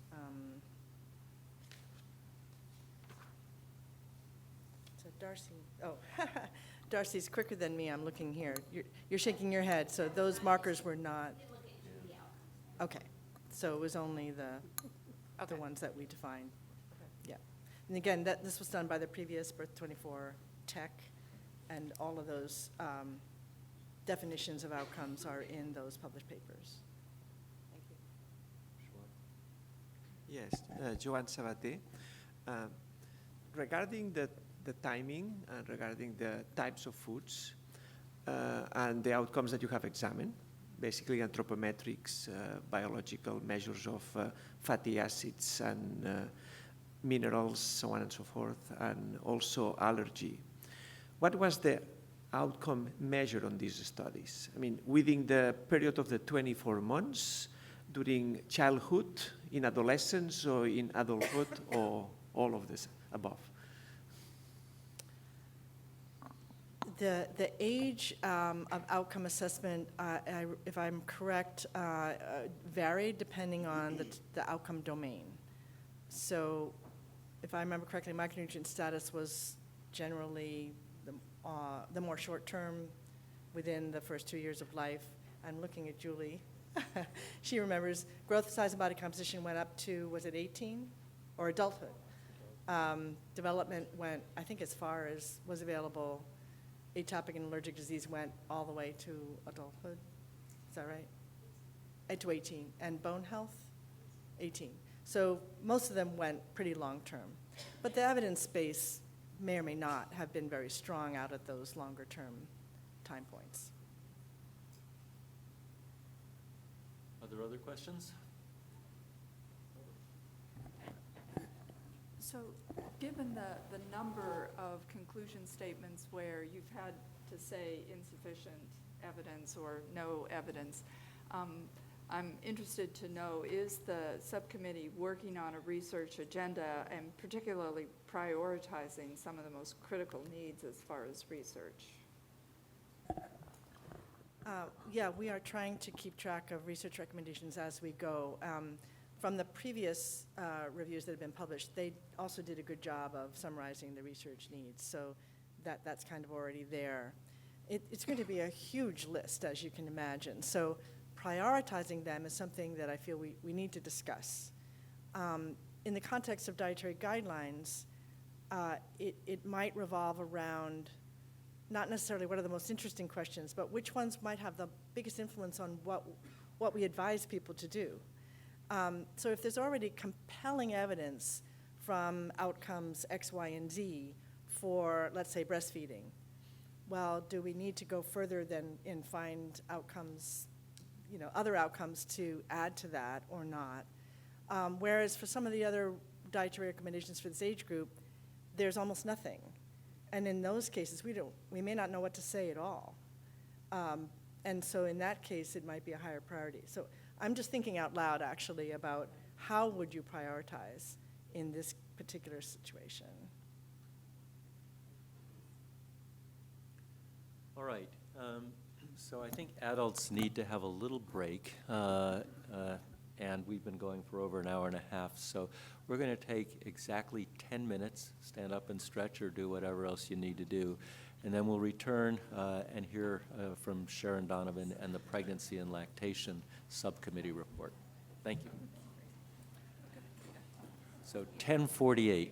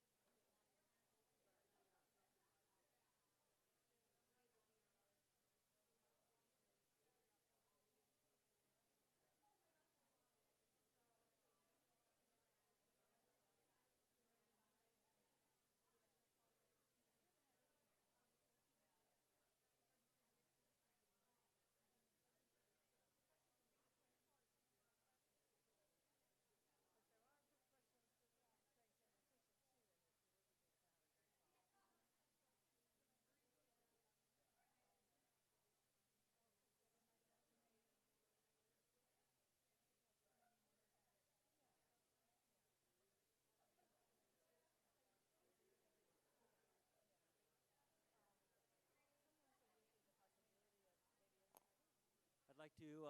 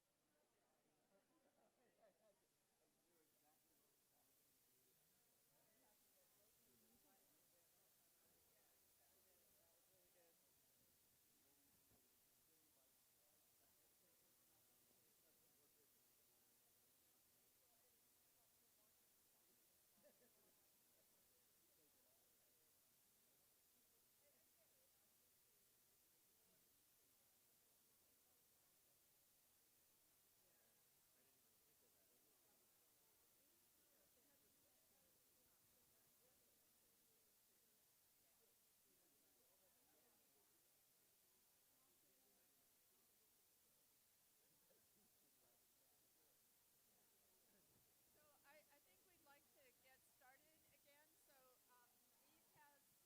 So Eve has an announcement to start. Great. So Dr. Freeman has an announcement before we start.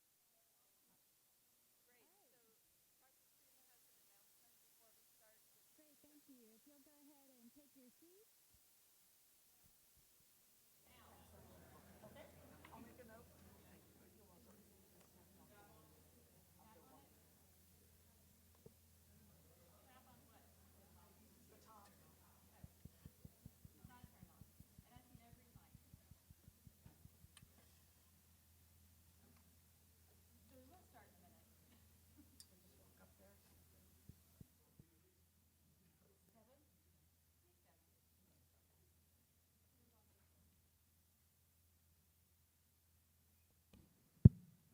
Muted.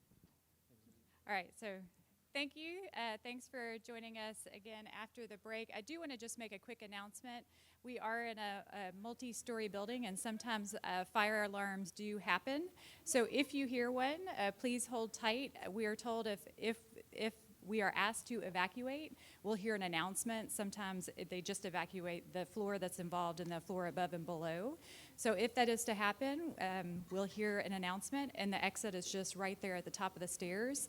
And thank y'all. I know several have, that is the preferred kind of in and out for the meeting, if you can make that happen, just to help kind of minimize some of the distraction here at the front of the room. So just a quick announcement, and I'll turn it back over to the committee.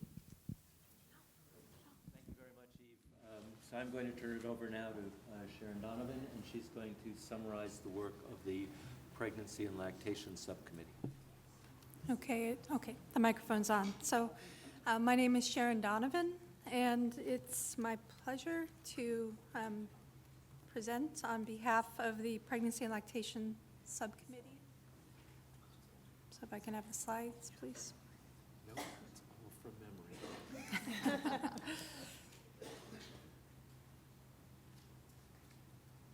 We need to have the slides brought up, please. Yeah.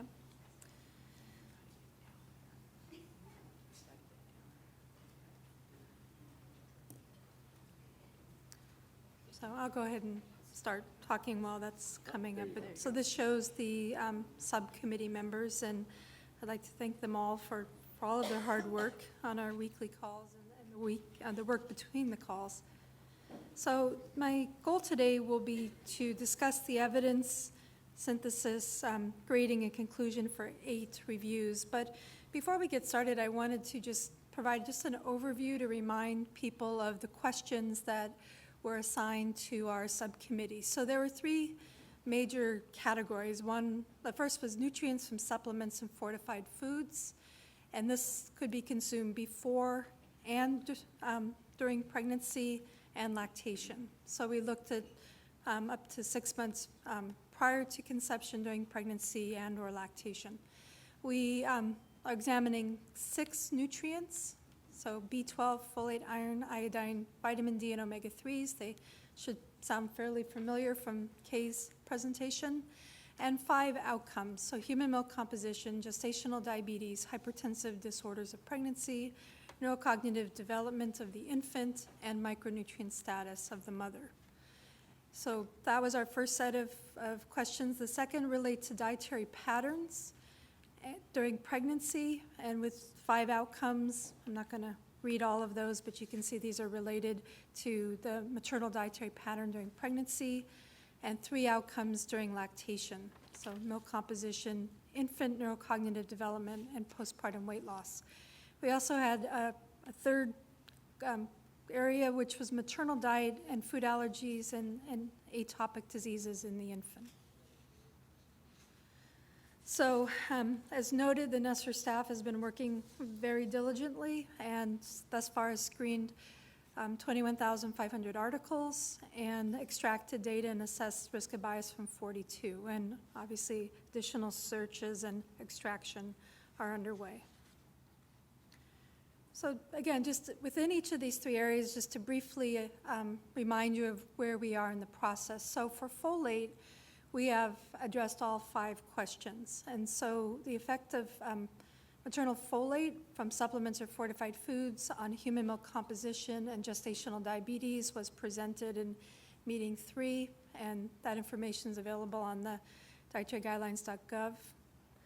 Today, I will be presenting on maternal folate from supplements and fortified foods, on hypertension disorders of pregnancy, neurocognitive development of the infant, and micronutrient status of the mother. As noted, our committee is currently in the process of refining and prioritizing the additional searches for these rest of the nutrients and these outcomes. So you can just do the math to see this would have been quite a number of systematic reviews to address all of these. So in terms of dietary patterns, today I'll be presenting a new systematic review on the impact of dietary patterns on human milk composition. And as with the B24 project, there were 4 previous NESR systematic reviews that were developed as part of the Pregnancy and Birth to 24 project. So we examined those, as Kay described. We looked at this, we went through each of the statements. We also looked at any papers that had been published since January of 2017, which was the end of these reviews, to see whether any primary research, and we also looked at existing systematic reviews published since that time to see whether they caught any papers, mainly with an eye to, is there anything really been published in the last 2 years that would impact the conclusions made in those systematic reviews. And as with B24, we've decided to accept those existing reviews, NESR reviews, and so I'll review those outcomes.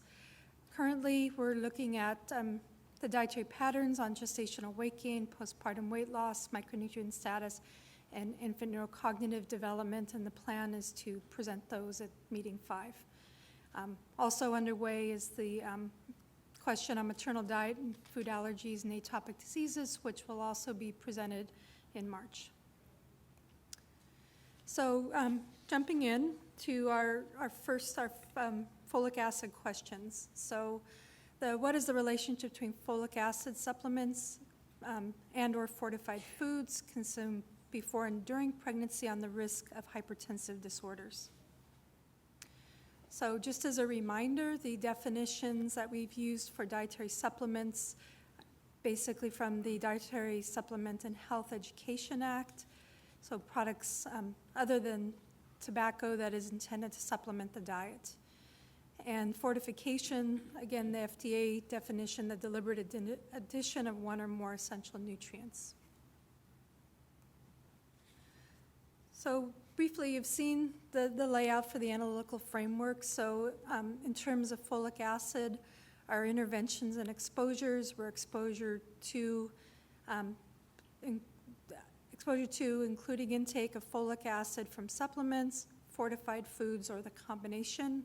And the comparators were a different level of exposure, including no exposure from supplements, fortified foods, or the combination. In this case, the population was the women before and during pregnancy, either healthy or at risk for chronic diseases, and in this case, hypertensive disorders of pregnancy. We had intermediate outcomes that we examined, including blood pressure and proteinuria, and then we had the longer-term outcomes of eclampsia, preeclampsia, and gestational hypertension. Summarized at the bottom are the key confounders, and most of those are ones that we're including in all of our systematic reviews. We also have other factors to continue or consider for the hypertensive disorders, which include physical activity and substance abuse and gestational age. So this search was done in combination, not this one. This search was, So this was done in combination with the search for folic acid and hypertension and gestational diabetes. And as I mentioned, gestational diabetes was presented at the last meeting. So we screened 622 articles, and we included 8 related to hypertension. And you can see up on the right that the included articles were 3 RCTs, 2 non-randomized controlled trials, and 3 prospective cohorts. And all of them directly asked the question of the relationship between folic acid supplements consumed before and during pregnancy. And we basically will present later, but we did not find the evidence on fortified foods and folate and fortified foods. So describing first the 3 RCTs, the sample characteristics between 123 and 450. All of these RCTs were conducted in Iran, and 2 were from the same study. The interventions, again, they were 25 in a normal pre-pregnancy or BMI. The race and ethnicity and SES were not reported, but again, they were all conducted in the same country. The interventions varied by dose, so 0.5, 1, or 5 milligrams of folic acid, and they were all initiated in the first trimester and continued through delivery. All reported preeclampsia and blood pressure, and some reported other outcomes, proteinuria, eclampsia, gestational hypertension. So the 2 non-randomized controlled trials, one was conducted in Italy and one in China, ranging from 146 to nearly 5,000 subjects. Again, the Caucasian and race and ethnicity in China was not directly reported, nor was SES. The group in Italy had this was in a higher risk group, so these were women who had preeclampsia in a previous pregnancy, and so this will factor into some of our conclusions. So this was the one thing that you can imagine with these different studies. They had different levels of exposure, and also in this study, they had 5-methyl tetrahydrofolate as a supplement, and they ranged in initiation, but they all went through delivery. And then the 3 prospective cohort studies, you can see the N. These were in Australia, Canada, and Denmark. The women were between 20 and 30 years of age, and you can see the race and ethnicity. They range from low to high SES within these countries. So in these, they actually compared no supplement with a folate or folic acid alone. And they had initiation and duration of various times. So, by trying to look at the evidence, we're taking into account when the timing of the initiation and the duration was. And the primary outcome was preeclampsia. So the summary of the evidence, so none of the RCTs found an association between folic acid supplementation and the incidence of hypertensive disorders of pregnancy, including gestational hypertension, preeclampsia, or eclampsia. And none of the studies compared folic acid supplementation to a control group that had no supplementation. So in these studies, the control did have a lower level of exposure. In contrast, when we looked at the non-randomized controlled trials, both found a significant association between folic acid supplementation from early pregnancy through delivery and reduced risk of preeclampsia and gestational hypertension compared to controls with no folic acid supplementation. And you can see for preeclampsia, significant reduction, both, in this case, both for high risk and low risk. And for gestational hypertension, again, a significant reduction. And one non-controlled RCT was among high-risk population of women who had previously been diagnosed with preeclampsia. So when we looked at the three prospective cohort studies, the results were mixed. One found an association with folic acid in the first trimester and lower incidence of preeclampsia, but specifically for women with a higher BMI. Another found an association, a significant association between folic acid use between 12 and 20 weeks of gestation and preeclampsia, again, in women at high risk. And a third found no association. So our draft conclusion statement is that limited evidence suggests that folic acid supplementation during early pregnancy may have a beneficial effect on reducing the risk of hypertensive disorders during pregnancy among women at high risk, either having a history of preeclampsia or a higher pre-pregnancy BMI, compared to no folic acid supplementation. This conclusion was supported by two non-randomized controlled and the three prospective cohorts.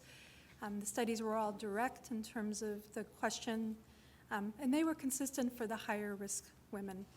And as with all the studies, there were some concerns about risk of bias, precision, and generalizability, particularly for some of the studies that were not done in the US. So there was moderate evidence suggesting that higher levels of folic acid supplementation during pregnancy compared to lower levels, including no folic acid, does not affect the risk of hypertensive disorders during pregnancy among women at low risk. So we have a separate conclusion for women at high versus low risk.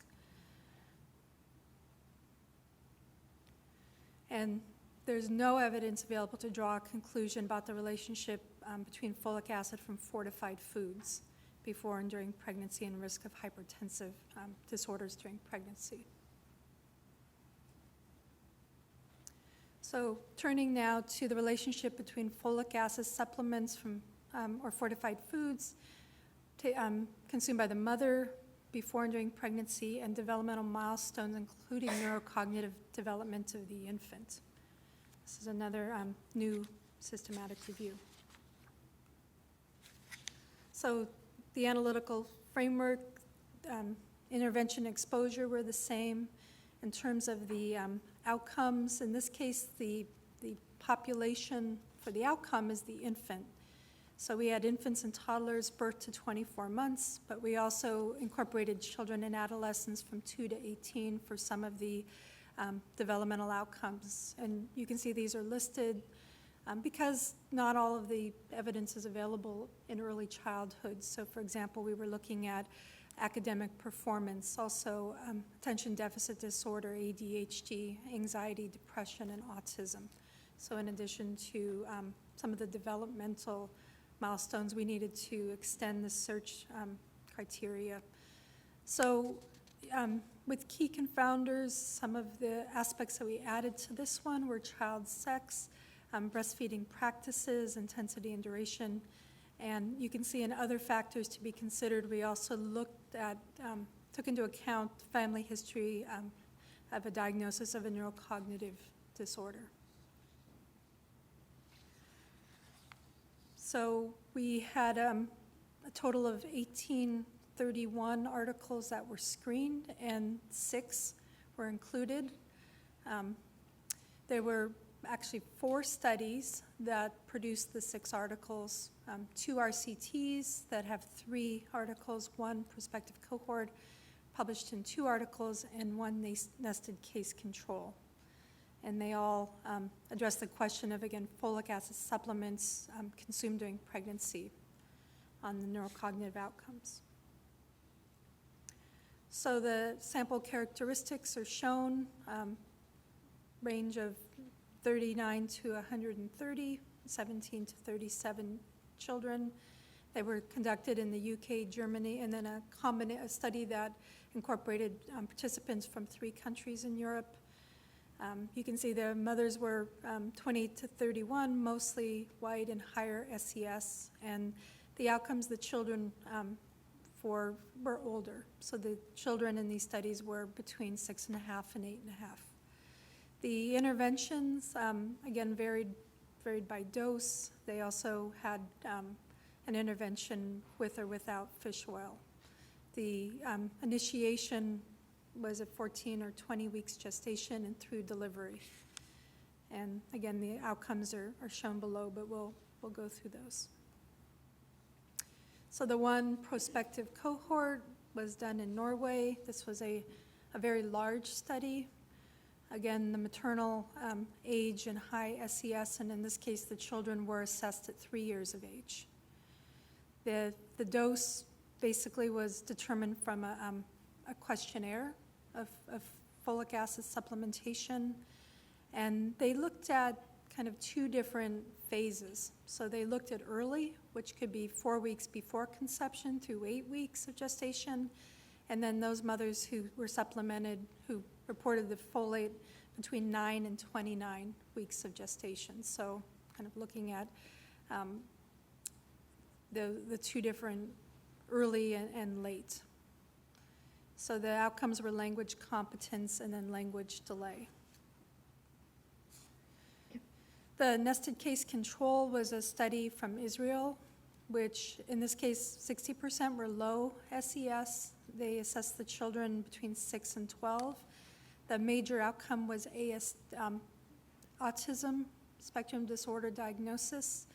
And in this case, the folic acid exposure was assessed by pharmaceutical prescriptions. So they basically were able to look at the women who were prescribed folic acid or not. And they looked before and during pregnancy, and the duration assessed before and during pregnancy or both. So the summary of the evidence that generally folic acid supplementation before or during pregnancy was either not associated with or had a beneficial association with the following outcomes. So language development, 2 articles from the prospective cohort study showed a lower risk of severe language delay in 3-year-olds whose mothers consumed folic acid supplements during early pregnancy. For ASD, the 1 nested case control found a significant association between folic acid supplementation before and during pregnancy and lower ASD risk in 8 to 12-year-old children. So for cognitive development, the findings were inconsistent and no conclusion could be drawn. For social emotional development, included 1 study with concerns and no conclusion could be drawn.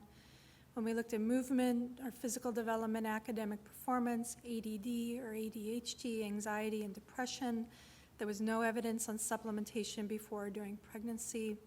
And developmental milestones and neurocognitive development, there was no evidence on supplementation during lactation and or intake of folic acid from fortified foods consumed before or during pregnancy and lactation.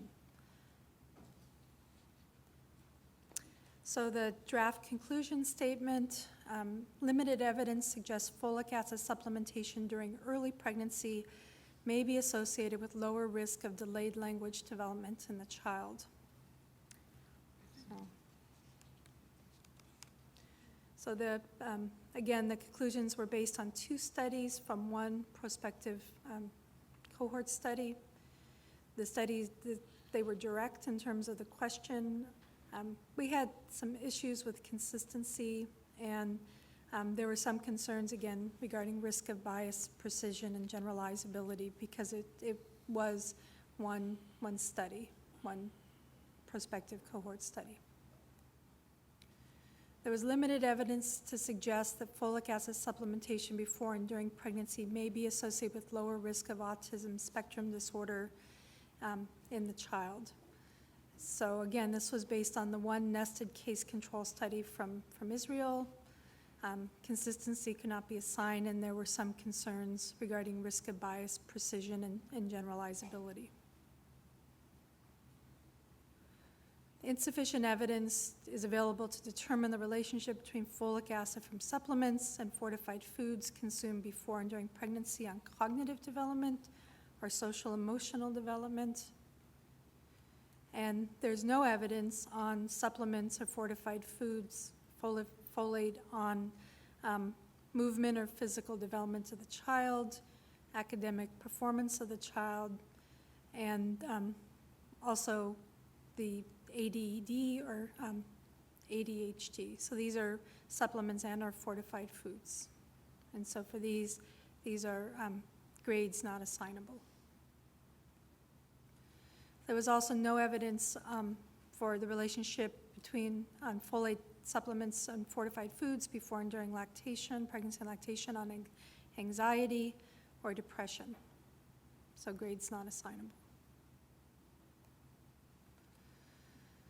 So basically this is looking at lactation. So there was no evidence available to look at supplements consumed during lactation on developmental milestones, including neurobehavioral development, and no evidence on fortified foods consumed either during pregnancy or lactation.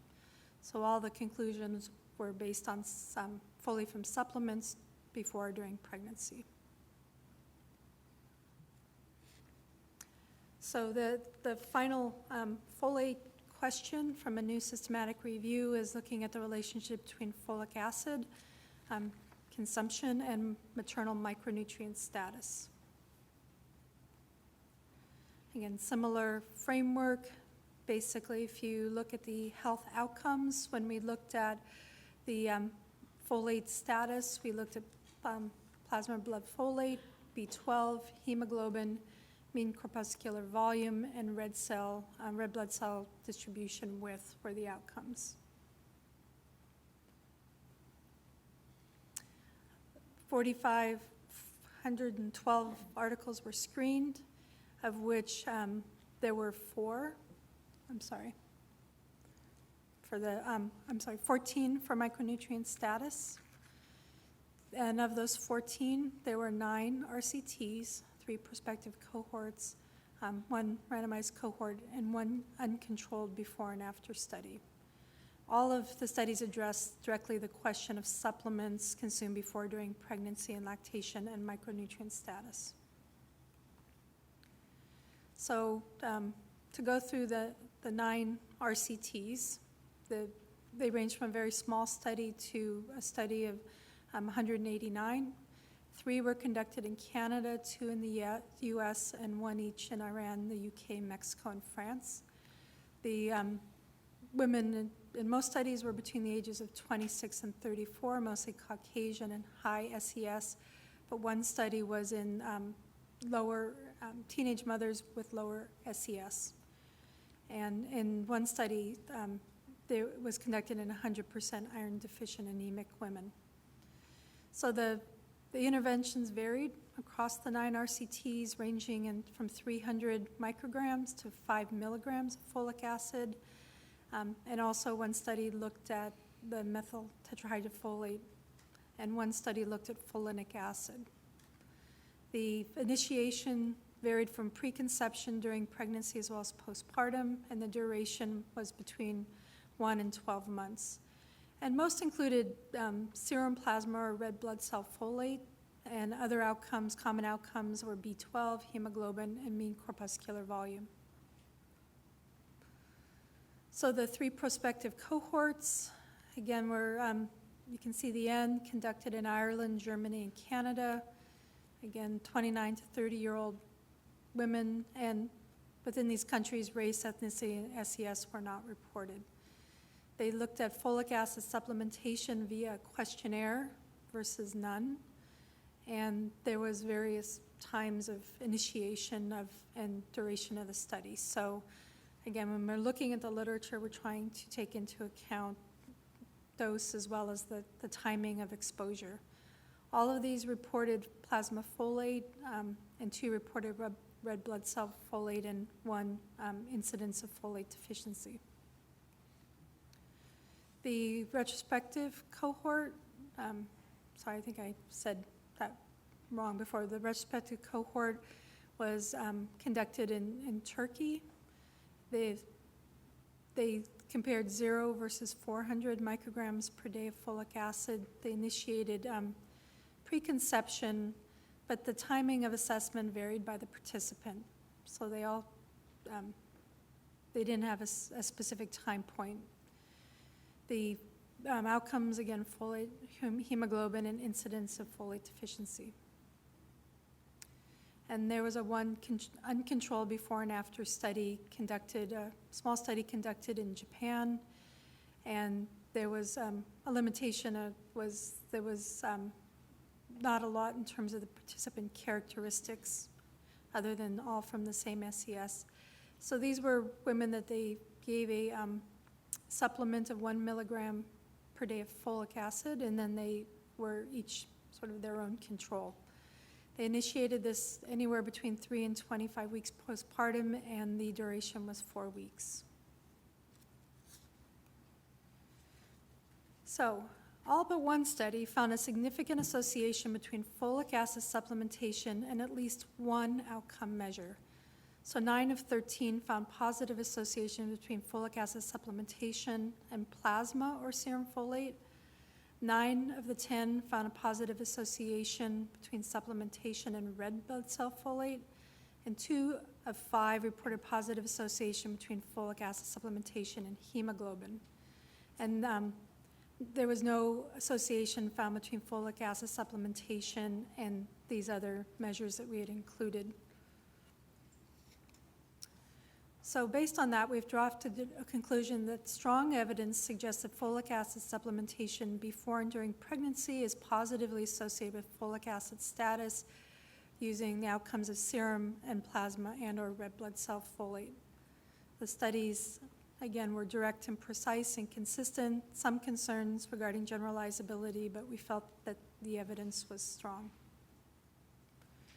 There was moderate evidence suggesting that folic acid supplementation during lactation is positively associated with red blood cell folate and may be positively associated with serum and plasma folate.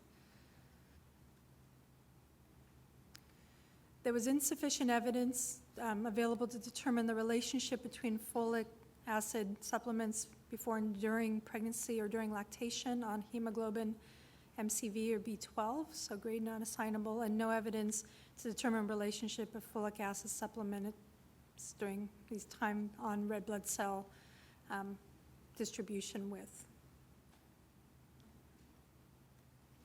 And again, there was no data, no evidence on folic acid from fortified foods before and during pregnancy and folate status. So that's the summary of the 3 and our final 3 searches in folic acid. And so now I'm going to turn to the questions related to dietary patterns. So the first is a new NESR systematic review on dietary patterns consumed during lactation and human milk composition and quantity. So again, a dietary pattern, as is being defined and used by all of the subcommittees. So we're looking at quantities, proportions, varieties, combinations of the different foods. So to set up the analytical framework for dietary patterns, the intervention and exposures, consumption of and/or adherence to a dietary pattern versus consumption or adherence to a different dietary pattern or a different level of consumption. For example, we'll discuss studies that had different fatty acids. So the population for milk composition, again, women during lactation, healthy or at risk of chronic disease. Human milk quantity, these are exclusively or predominantly breastfeeding women who are healthy or at risk of chronic disease. So we had a number of outcomes for human milk composition, and the milk samples were all needed to be collected after 14 days postpartum, so we were looking at more mature human milk, not colostrum. So we had macronutrients, we have water-soluble vitamins, including choline, fat-soluble vitamins, iodine and selenium for the minerals, human milk oligosaccharides, and any bioactive, of these bioactive proteins.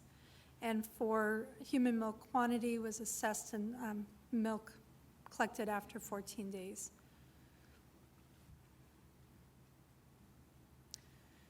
So the search, over 3,000 articles were screened, of which 7 were included in the final summary. So these were 3 RCTs that produced 4 articles and 2 cross-sectional studies. And I just wanted to mention that in general, cross-sectional studies are not included or excluded, but because oftentimes for human milk composition, that's the only type of data that's available. There's not a lot of RCTs or prospective cohorts, so we made a decision, and this had been previously published and was open for public comments. So that is just one difference when we're looking at human milk. So all of them address the relationship between maternal dietary pattern during lactation and either human milk composition or quantity. So the 3 RCTs, again, relatively small studies, 7 to 15 mothers conducted in the US and Canada, 29 and years of age, and SES was in race and ethnicity not reported. So the initiations were between 6 and 6 months postpartum. The durations were 4 to 14 days. And they were reporting different varied patterns. So carbohydrate, either lower carbohydrate or higher fat versus within the acceptable macronutrient distribution range, or the AMDR. Another looked at higher fat and higher carbohydrate and lower fat, and another higher fat versus consumption within the AMDR. So you can see the various outcomes. Most of the studies reported outcomes on fatty acids and 1 for B12. So for the cross-sectional studies, these were conducted in the US and Canada. They were on average nearly 30, China, US and China. The moms in the US were highly educated, in China, high middle income, and within the US, the race ethnicity reported mostly white. So initiation between 21 days postpartum and 6 months, and 9.5 months postpartum. So these were ones that looked more at the overall dietary patterns. So the study in the US compared milk composition with vegan, vegetarian, and non-vegetarian mothers. And the study from China basically divided the mothers into 4 different dietary patterns. So you can see meat, mushrooms, meat, seafood, soy, nuts, dairy, fruits, vegetables, and then grains, potato, beans, and eggs. So summary of the evidence. So one cross-sectional study assessed the relationship between maternal dietary patterns and total fat levels in human milk and found no association. 3 RCTs assessed the relationship between maternal diet based on macronutrient proportions and total fat level in milk. 2 found a positive association or positive relationship between greater than 35% of energy from fat and total fat in human milk. And 1 study found no association between macronutrient proportions and maternal diet and total fat. So there, the draft conclusion statements for total fats is that insufficient evidence is available to determine the relationship between dietary patterns consumed during lactation and total fat in milk. And there's limited evidence to suggest that maternal consumptions of diets higher in fat during lactation is related to higher total fat, and with a grade of limited. The studies were consistent, but there were concerns about precision, generalizability, and consistency. And we had a long conversation yesterday, because these are also being used for other outcomes, that probably measuring fat in human milk is one of the most difficult components, because some studies were measuring during the fed state versus the fasted state, and because the content of milk differs from fore milk to hind milk. So within a single feeding, if they're just taking a single sample or not a full breast expression or sampling over 24-hour periods, all of these things can really affect the composition. So that was, some of the concerns that we have about the precision. So 2 cross-sectional studies and 3 RCTs assess the relationship between maternal dietary patterns, including based on macronutrients and proportions and levels of saturated fatty acids, MUFAs and PUFAs, and there were mixed results. So in terms of saturated fats, MUFAs and PUFAs, there's limited evidence to suggest that maternal dietary patterns during lactation, including diets based on macronutrient distributions, are related to the relative proportions of saturated fat, MUFAs and PUFAs. And we meant to very specifically say relative proportions because studies also presented concentrations, and there were not effects on concentrations. They were primarily with the proportions of these fatty acids. So again, some concerns about risk of bias and limited precision and generalizability were some of the concerns the committee had. So, one RCT assessed the relationship between maternal diet based on macronutrient proportions and milk quantity, and there was no association. There was one that looked at one RCT on the relationship with total protein levels in milk, and there was no association. And the last one cross-sectional study assessed the relationship between maternal dietary patterns and B12. And this was the study that compared the vegan, vegetarian, and non-vegetarian. And while there was no association with dietary patterns, we found that 56% of the vegan women were taking a B12 supplement. And so we felt that we were really kind of unable to determine the impact of dietary patterns on B12. So in terms of the draft conclusion statements on quantity, there's no evidence available to determine a relationship between dietary patterns and milk quantity, and insufficient evidence to determine relationship on maternal diets differing in macronutrient distribution during lactation and milk quantity. Again, similar, so for total protein, no evidence for dietary patterns, and no evidence for dietary patterns differing in macronutrient composition. And for B12, again, insufficient evidence is available to determine the relationship between maternal dietary patterns during lactation and vitamin B12 concentrations in human milk. So there were no studies found that assessed the relationship between maternal dietary patterns and human milk levels of these other nutrients that were part of our framework. So our water-soluble vitamins, fat-soluble vitamins, iodine, selenium, human milk oligosaccharides, or bioactive proteins.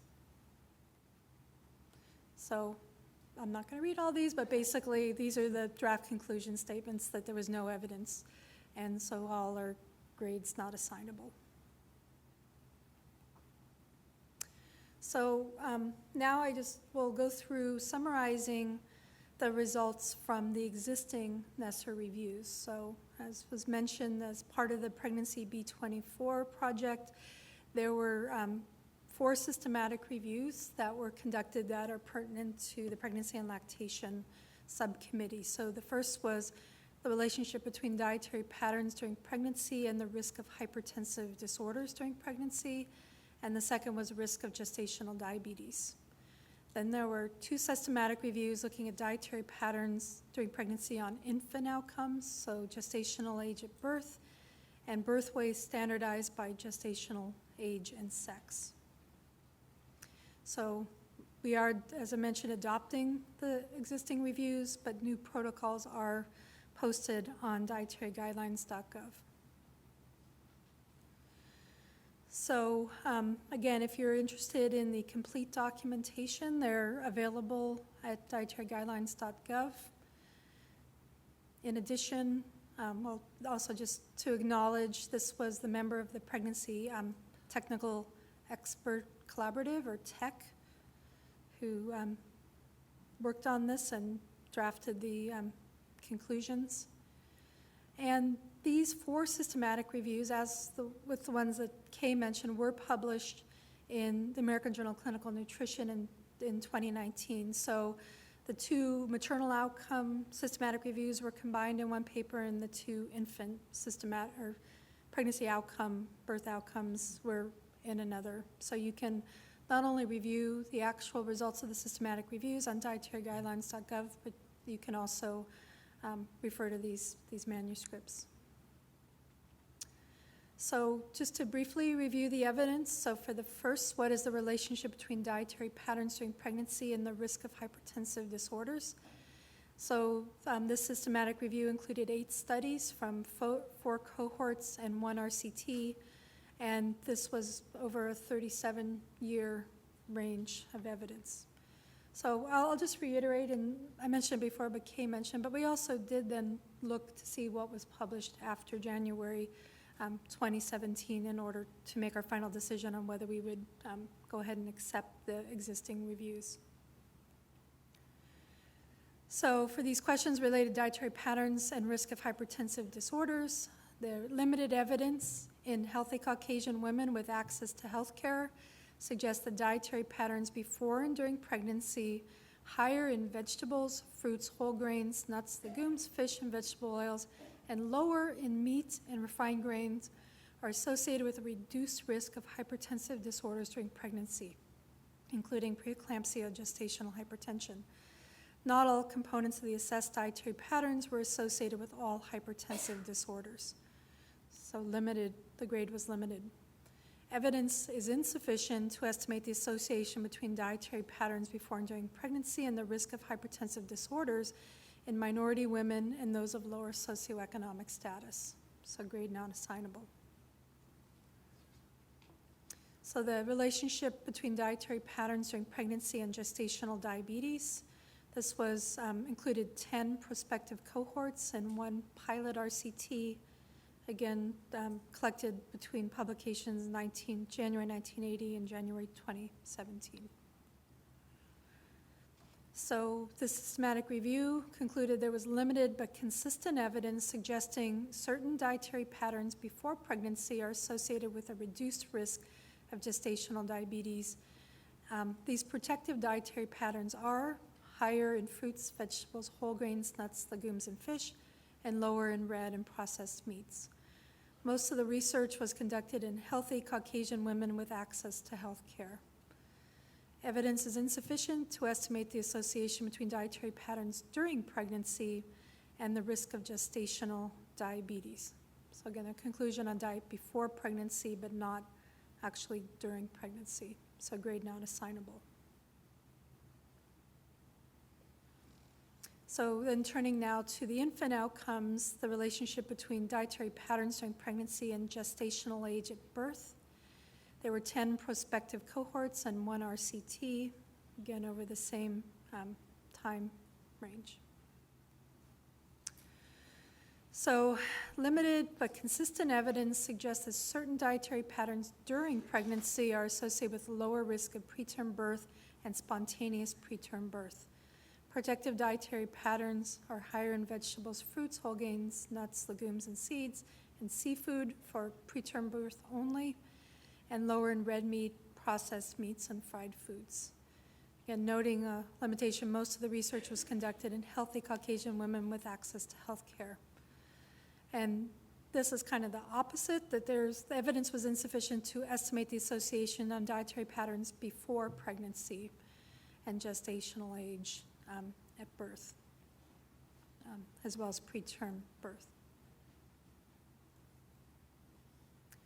So the last, the relationship between dietary patterns during pregnancy and birth weight standardized by gestational age and sex.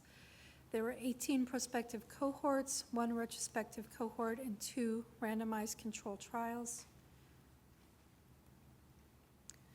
So the conclusions that no conclusion can be drawn on the association between dietary patterns during pregnancy and birth weight outcomes. Although research is available, the ability to draw conclusions was restricted by inconsistency of study findings, inadequate adjustment of birth weight for gestational age and sex, and variation in study design, dietary assessment methodology, and adjustment for key confounding factors. And insufficient evidence exists to estimate the association between dietary patterns before pregnancy and birth weight outcomes. And in this case, there were not enough studies available to answer the question. So our ongoing work is mentioned that we are refining and prioritizing work on dietary patterns during pregnancy and micronutrient status, dietary patterns during lactation and developmental milestones of the child, including neurocognitive development, and dietary supplements and fortified foods for all the other nutrients besides folate. So, as noted, we'll review the evidence, grade, and draft conclusion statements for these following questions: dietary patterns in pregnancy and gestational weight gain, patterns during lactation and postpartum weight loss, and maternal diet during pregnancy and lactation on the risk of child food allergies and atopic diseases. And the plan is then to present these at the meeting in March. So again, thanking the subcommittee members as well as our support staff, which we would not be able to get through all of this work without all of their hard behind the work scenes. So I'd be happy to take questions.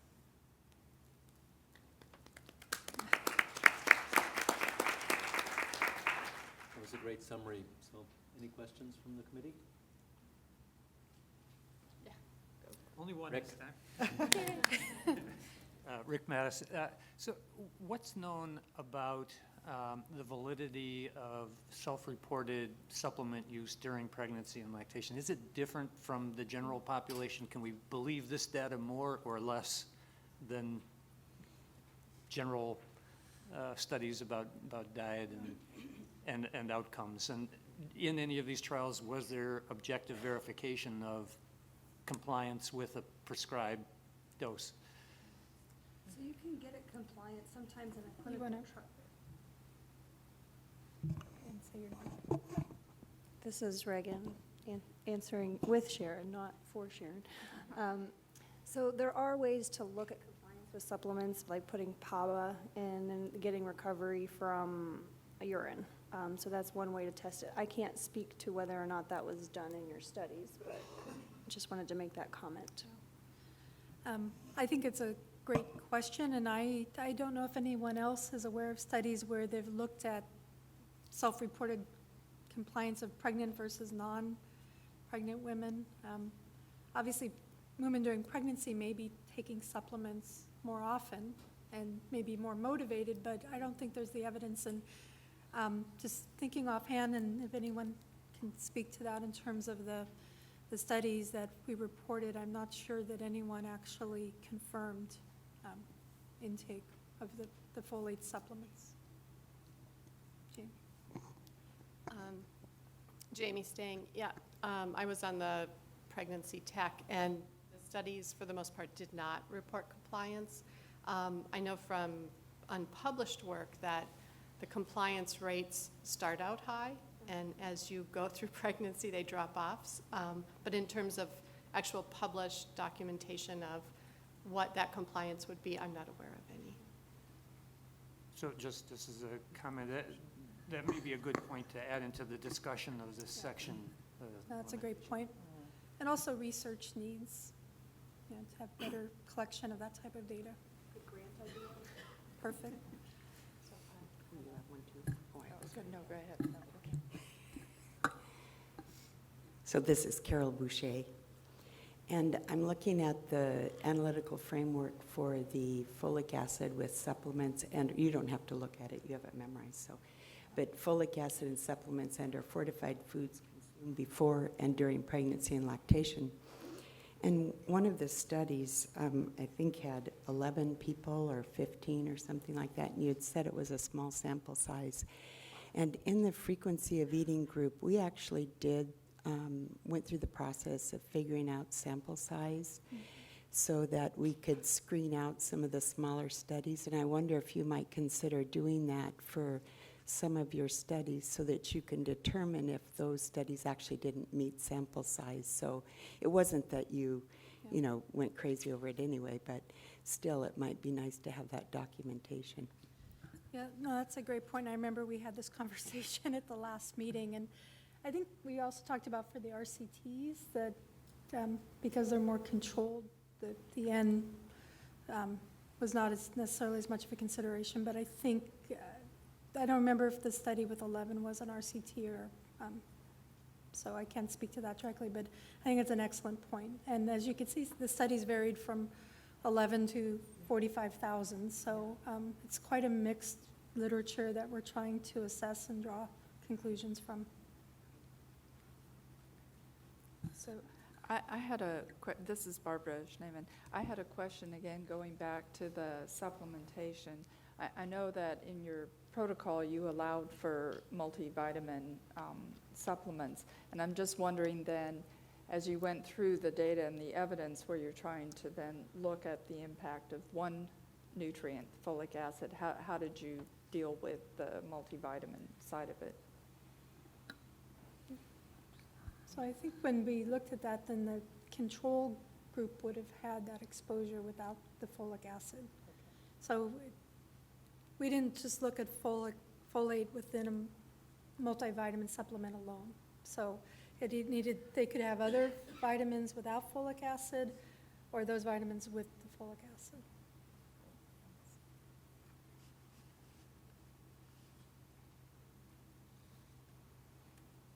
Any other comments or questions? Everybody must be very hungry.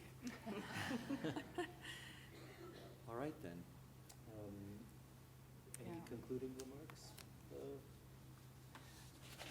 My only concluding remarks would be to thank the subcommittees. You've covered a lot of information in actually a relatively short period of time, and also thank you to the staff for the work that's done to help pull this together. So I think, our next subcommittee is going to be Dietary Fats and Seafood Subcommittee, but I think we're best to start that after the lunch break, because I know they have a lot to report back on as well, correct?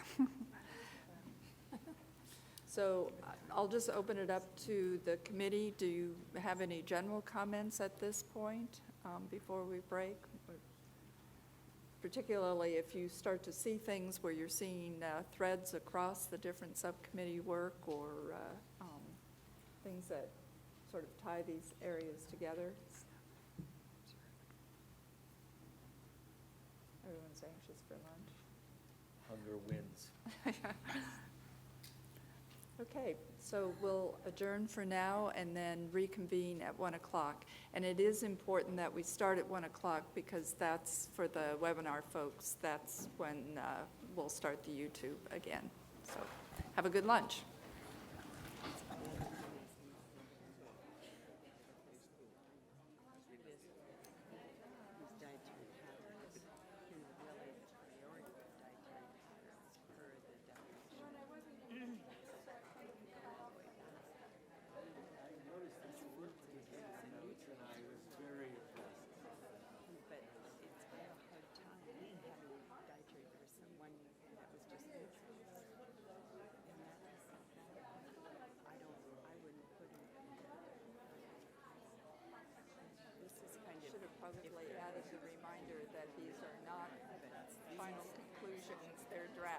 always, Start with first. yeah, I always like to keep coming back to that because you just don't want somebody to walk out and take it as if it's final. I just want to introduce myself. I'm assuming from the Wall Street Journal.